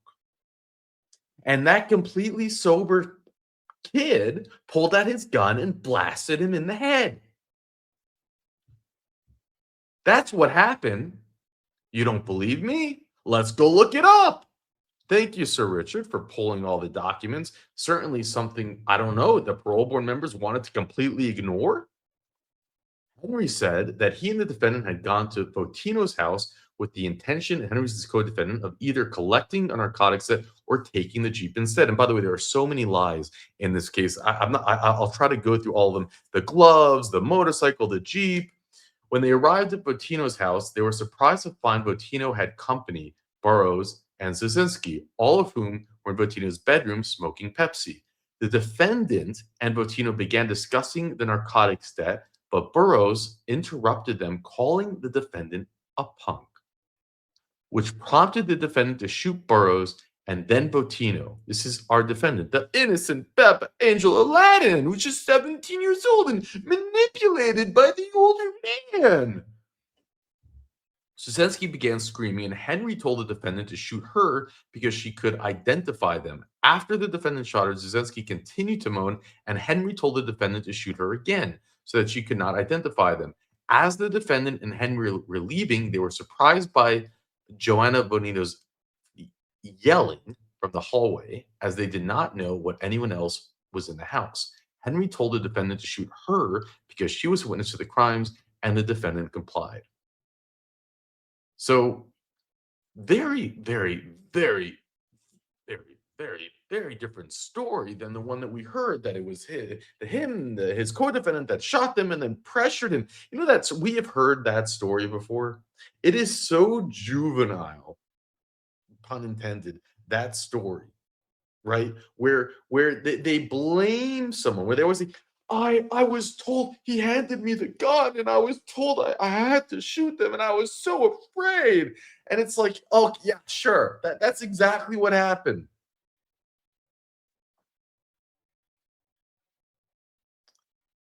There's a lot of information in this appeal, and I guess we can go through. There's so much. There's 30 something pages. I read it, and I'm always torn, like how much to go through. We've been here a long time, but nothing in this case. You know, his attorney also said he was going to turn himself in. He was immediately no. He fled the state. His co-defendant already took the police to where the gun was hidden. His co-defendant actually entrapped him to come back. He did nothing. He was not turning himself in for one bloody second. You are lying. And she sits there on her high horse, virtue signaling, sipping lattes. Probably, she's a private attorney. She's not even elected by the state. Because this guy, he's such an innocent Bebe Angel Aladdin, as actual Justice Warrior likes to say, right? He's actually teaching at university. Can you imagine the rot that we have someone who is a 4X murderer teaching in university philosophy? If you can't see the hypocrisy in this, how insane that the parole board member actually, a qualified parole board member, says, I couldn't get into that university. Imagine this. What was she? Was she too like, she was white, so she couldn't get in? Middle class American in Connecticut, she can't get into a university? No. Let's go put the 4 times murderer in her spot. Do you guys now see the rot that is happening in the state of Connecticut? Someone who is so excels in their career that they get handpicked by the governor to be a parole board member gets denied from a university so that they can fill it with a 4X murderer with a 260-year sentence. How does that make sense? And for any of you, this is not a political statement. I do not care what side of the aisle you're on. This is BS. This is just facts. We've gone we're just nuts. 5 years. What is 5 years? What you're basically telling the family is that he's going to get out in 5 years. Why would they not release him in 5 years? What more can he do in 5 years? What's going to change in 5 years?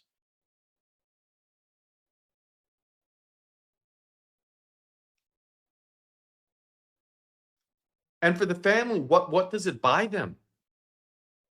What does it do for them?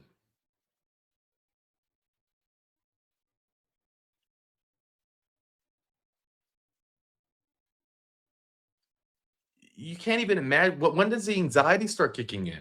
On year 3? You want to, let me just paint an analogy. If someone told you you're going to have to move out of your house that you've lived in for your whole entire life in 2 years, will you start having a hard time sleeping at night? Or is it 3 years from now do you have a hard time saying, "Oh my God, I have to move"? But no. Now they're going to have to stress and live with the fact, probably the expectation that he's going to get released.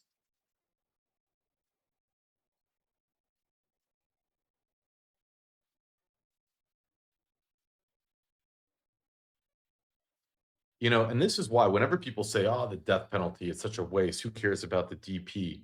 You know why his co-defendant pled guilty and took the deal? So the DP would be off the table. The DP has a tool. Otherwise, he would have said, "Sure, let me go to trial."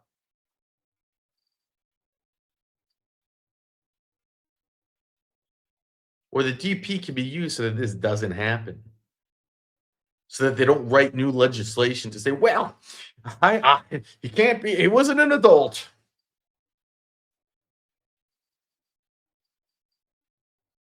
Really, it's like, which one is it? Did he do what the jury says he did? Or are you going to rewrite history to fit your narrative? Because that's what I saw happen here. I saw history being rewritten to fit their narrative. Because all you have to do is say, if you don't believe that they rewrote history, then all you have to do is say, "I get that you did all these great things while in prison. I'm going to give you a high." It's impressive, bro. But you're not admitting to your crime. The first step before you can possibly find any type of, is to admit to your crime. But you're not. You're lying. You're lying. Again, I want to bring up the defamation case. So any attorneys out there that want to take up the co-defendant's case because he's being called the one that pulled the trigger, I don't know. That seems, if I was him, I'd be pretty pissed off.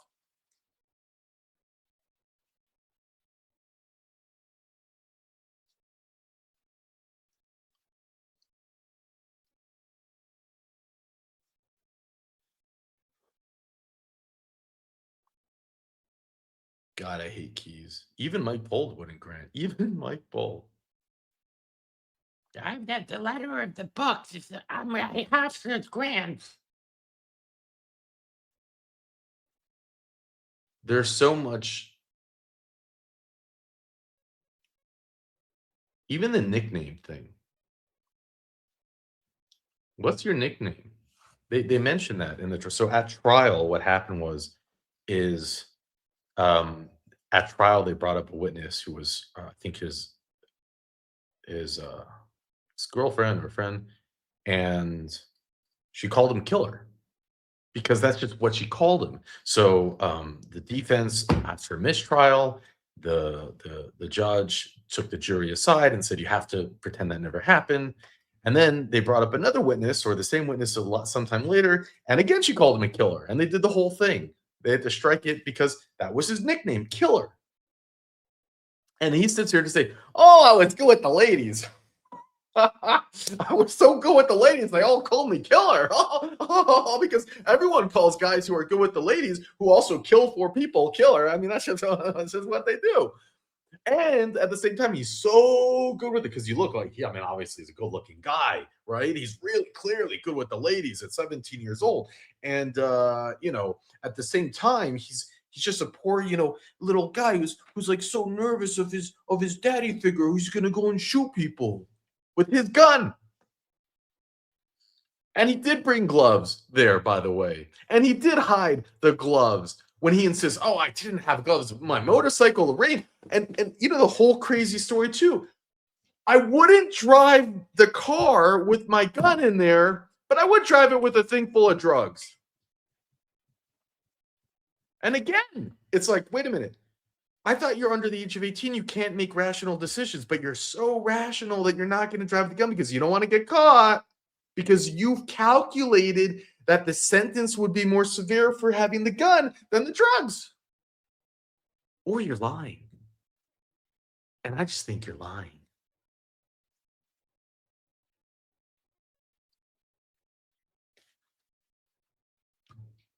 You want to see the part with the gloves?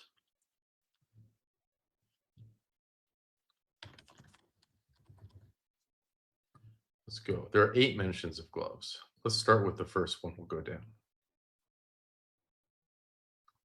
After the defendant Henry returned to Martin's house, the defendant entered Martin's bedroom with a gun in a small black pouch, gloves, and bullets. The defendant then put the bullets in the gun, wiped down the gun, and put it back in the pouch. Henry took the gun from the defendant and put it in the waistband of his pants. The defendant and Henry left to Martin's car for Bottino's house. Approximately 1.5 hours after they had left Martin's house, Henry telephoned Martin in Bottino's bedroom and told her that he and the defendant would be returning to her house shortly after. Heard sounds of a party-like atmosphere and Bottino's voice in the background. At the same time, unbeknownst to the defendant and Henry, Joanna Bottino was in her bedroom speaking with the telephone to her boyfriend, Demon Johnson. Johnson heard 4 or 5 loud noises they thought sounded like gunshots, followed by Joanna Bottino yelling, "What's going on?" and banging on the door to the master bedroom.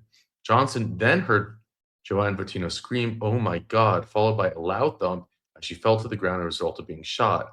Joanna Bottino screamed Johnson's name and told him to call 911, which he did.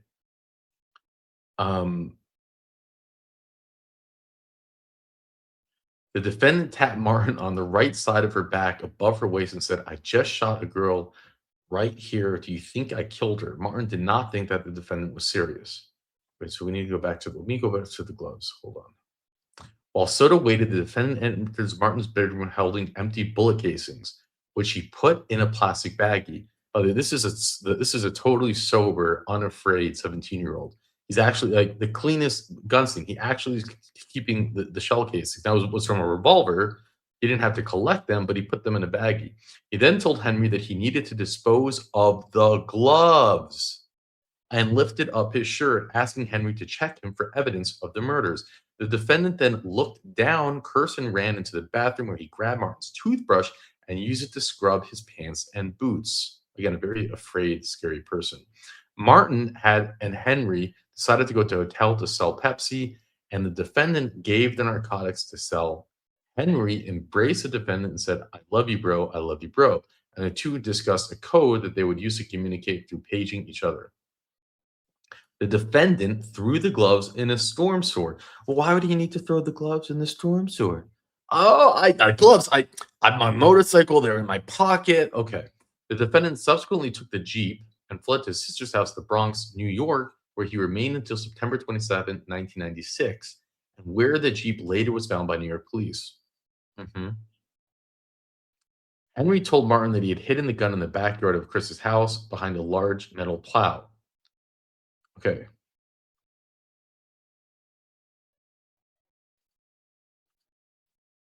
There's so much here.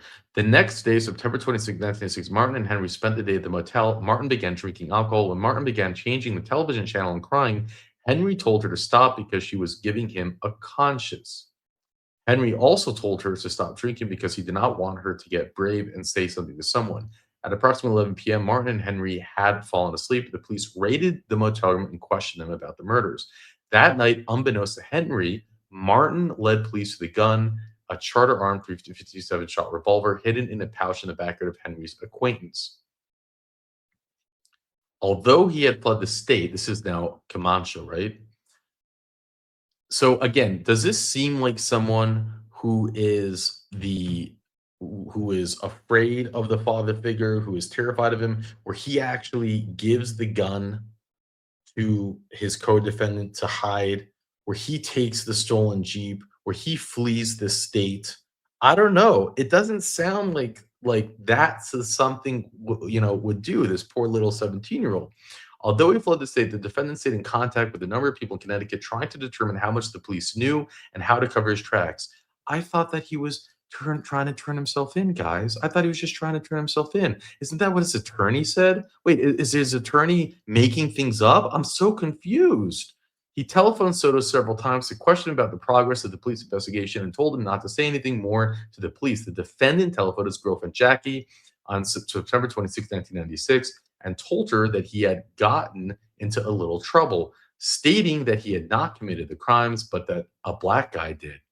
The defendant telephoned Ramirez, his narcotics supplier, to ask if the police had found the murder weapon, and if so, whether they had found fingerprints on the weapon. Why would he call them to see if they found the murder weapon and if they found fingerprints on it if he's not the I'm so confused, guys. Someone needs to explain this to me. Why would he care to do? I don't. It must be because he's 17, right? He just doesn't understand what he's doing. That's probably why. And want to know what people are saying about the crime. On September 22nd, 1996, the defendant said numerous phone calls at Henry and Martin's residence where Martin and Henry returned after they'd been interrogated by the police. The defendant telephoned several times and inquired whether Henry, Martin, or Martin's cousin had been talking to the police. When the defendant telephoned again later that day, he and Henry discussed disposing of the gun in the reservoir in Southington. The defendant told Henry to stay ghost, meaning stay away, and told him to get rid of the gun in the water, unaware that Martin had already led police to the gun. Henry told the defendant that he would get the gun and throw it into the reservoir. Henry demanded his portions of the proceeds from chopping the Jeep, which he insisted were owed to him as an accomplice, and the defendant agreed to wire the money. Again, so the defendant was supposed to have taken the Jeep, which they took from the ones they murdered, chopped it up and sold it. He's the one holding on to the cash, and now he's wiring it to his co-defendant. Again, it doesn't. I don't know what I'm missing here, guys. What am I missing? Are they saying that the police made all this up? All this was made up by the prosecution? That none of this happened? Are you just gonna let it go? Are you gonna rewrite history, guys? Because I'm really confused. Shortly after these conversations, Henry Martin's told Martin that he was not sure that he could trust her and that he was looking for someone who could put him in an electric chair. Martin became frightened and later was taken by police into protective custody. On Tuesday, October 1st, 1996, the defendant surrendered to police at his aunt's house in South Carolina, where he fled to from New York. So October 1st, 1996. So according to his attorney, he was immediately turning himself in. Meanwhile, it was how long? October 1st, 1996. What was the crime? Oh my gosh.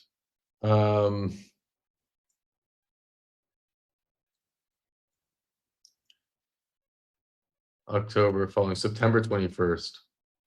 So yeah, immediately. Yeah, I guess like a week or so. Yeah, immediately.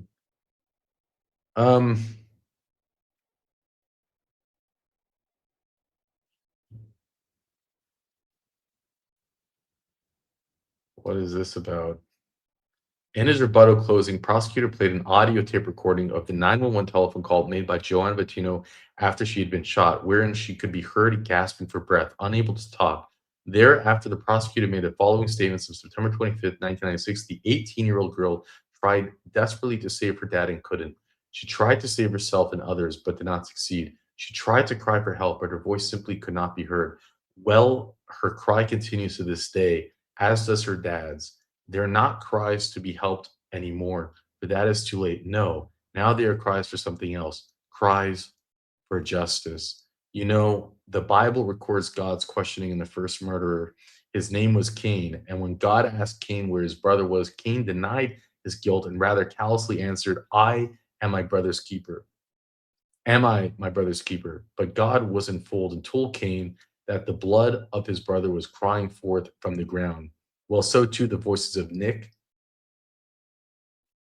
Joanne, Burroughs, and Sosinski, their blood is crying from the ground, seeking justice, not sympathy. This is not to be a verdict based on sympathy or emotion. It's a verdict based on justice. Now, ladies and gentlemen, we must look to you to bring justice not only to the grieving families, but to the society at large. And this defendant, we, the people of the state of Connecticut, ask you to do justice in the words of your oath without respect to the persons, so help you God. Isn't that amazing that this all happened 2002, he was sentenced. To think that 24 years after that, after being given, a sentence that could kill a vampire, and they are actually this close to freeing him. And if you want to think about it, it just always puts into context. Thank you again, Sir Richard. You pull up the article, 2002, it feels like a second ago. And for those of you who also are wondering, well, maybe they got it wrong, right? Or maybe this is just Mandoo who's angry and saying these things that aren't true. You just have to go back again to the 3-month-long trial. It was a 3-month trial. This is what the judge said at the end of the 3-month trial. Before handing down her sentence, Espinosa said Camacho will probably go to his grave believing he didn't commit these murders. She says to him at sentencing, if you have any degree of humanity, the only way you can live with yourself is to convince yourself you didn't do it, she said. But there is no question that it was Mr. Camacho who pulled the trigger. This is the judge after a 3-month-long jury trial at sentencing. Yet they will literally sit here today, just a blink of an eye, a couple decades into a 250-year, whatever it is, sentence, and he will say that it's not true. So what you're saying again is that this judge is completely wrong. The jury was completely wrong. Everybody who was there was completely wrong.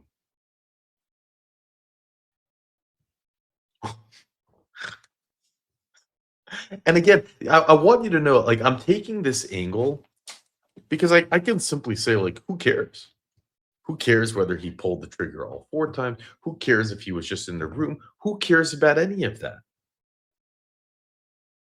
I'm just bringing this up as an extra explanation point that if you want to put on your virtue signaling glasses and you want to put, you want to say that, yes, the brain science and under 18 years old, it makes, you can do the worst of the worst. You can murder 4 people and get released. I'm just saying, how can you get released if you still denied you did the crime? Well, it's like I'm playing it on every angle. That's right. It's just, and I know some of you are probably saying, man, well, why are you even harping on this? This is just so stupid. And all I'm saying is that even if you want to say the whole under 18 thing, why he should never get the chance of parole, even if you believe in all of that garbage, if he can't admit his crime. But he can't, because they know, they know that even they even know that the crime is so horrific that had he murdered 4 people, even then he wouldn't get released. So the only chance is to insist on his innocence. And they will go have him teaching philosophy at the university on the taxpayer dollars and create this entire mythical event that he is not the killer, just so they can release him back into the streets. It's unbelievable. They literally rewrite history. And then if you're curious, by the way, his co-defendant, how he even got the minimum time that he got, and that's because he didn't go to trial. And they figured, I guess, he'd be like 80 something when he gets out, and they agreed not to do it. And he didn't go to trial because he didn't want to get the death penalty. And the only reason Mr. Camacho didn't get the death penalty, because it still existed back then. I think Connecticut only stopped giving out the death penalty in like 2012 or 2014. But the only reason he didn't get it is because he was under the age of 18. So first he's under the age of 18, so he doesn't get the DP, or he would have. And now you're trying to rewrite history, make him innocent of the crime that he was found guilty by a jury, and actually release him. That's nothing short of madness. 4 people lost their lives for what amounts to be $400. $400. is the cost of 4 humans that will never walk this earth again because of Mr. Camacho's actions. That's simply unacceptable. I would ask this board to consider the following. Consider that there should be truth in sentencing in Connecticut, especially in an incident involving this. Consider it for these victims' families that have had to endure multiple requests and relive this every single time it comes up again. Consider that. And please consider the severity of these crimes and do not decrease them. Thank you.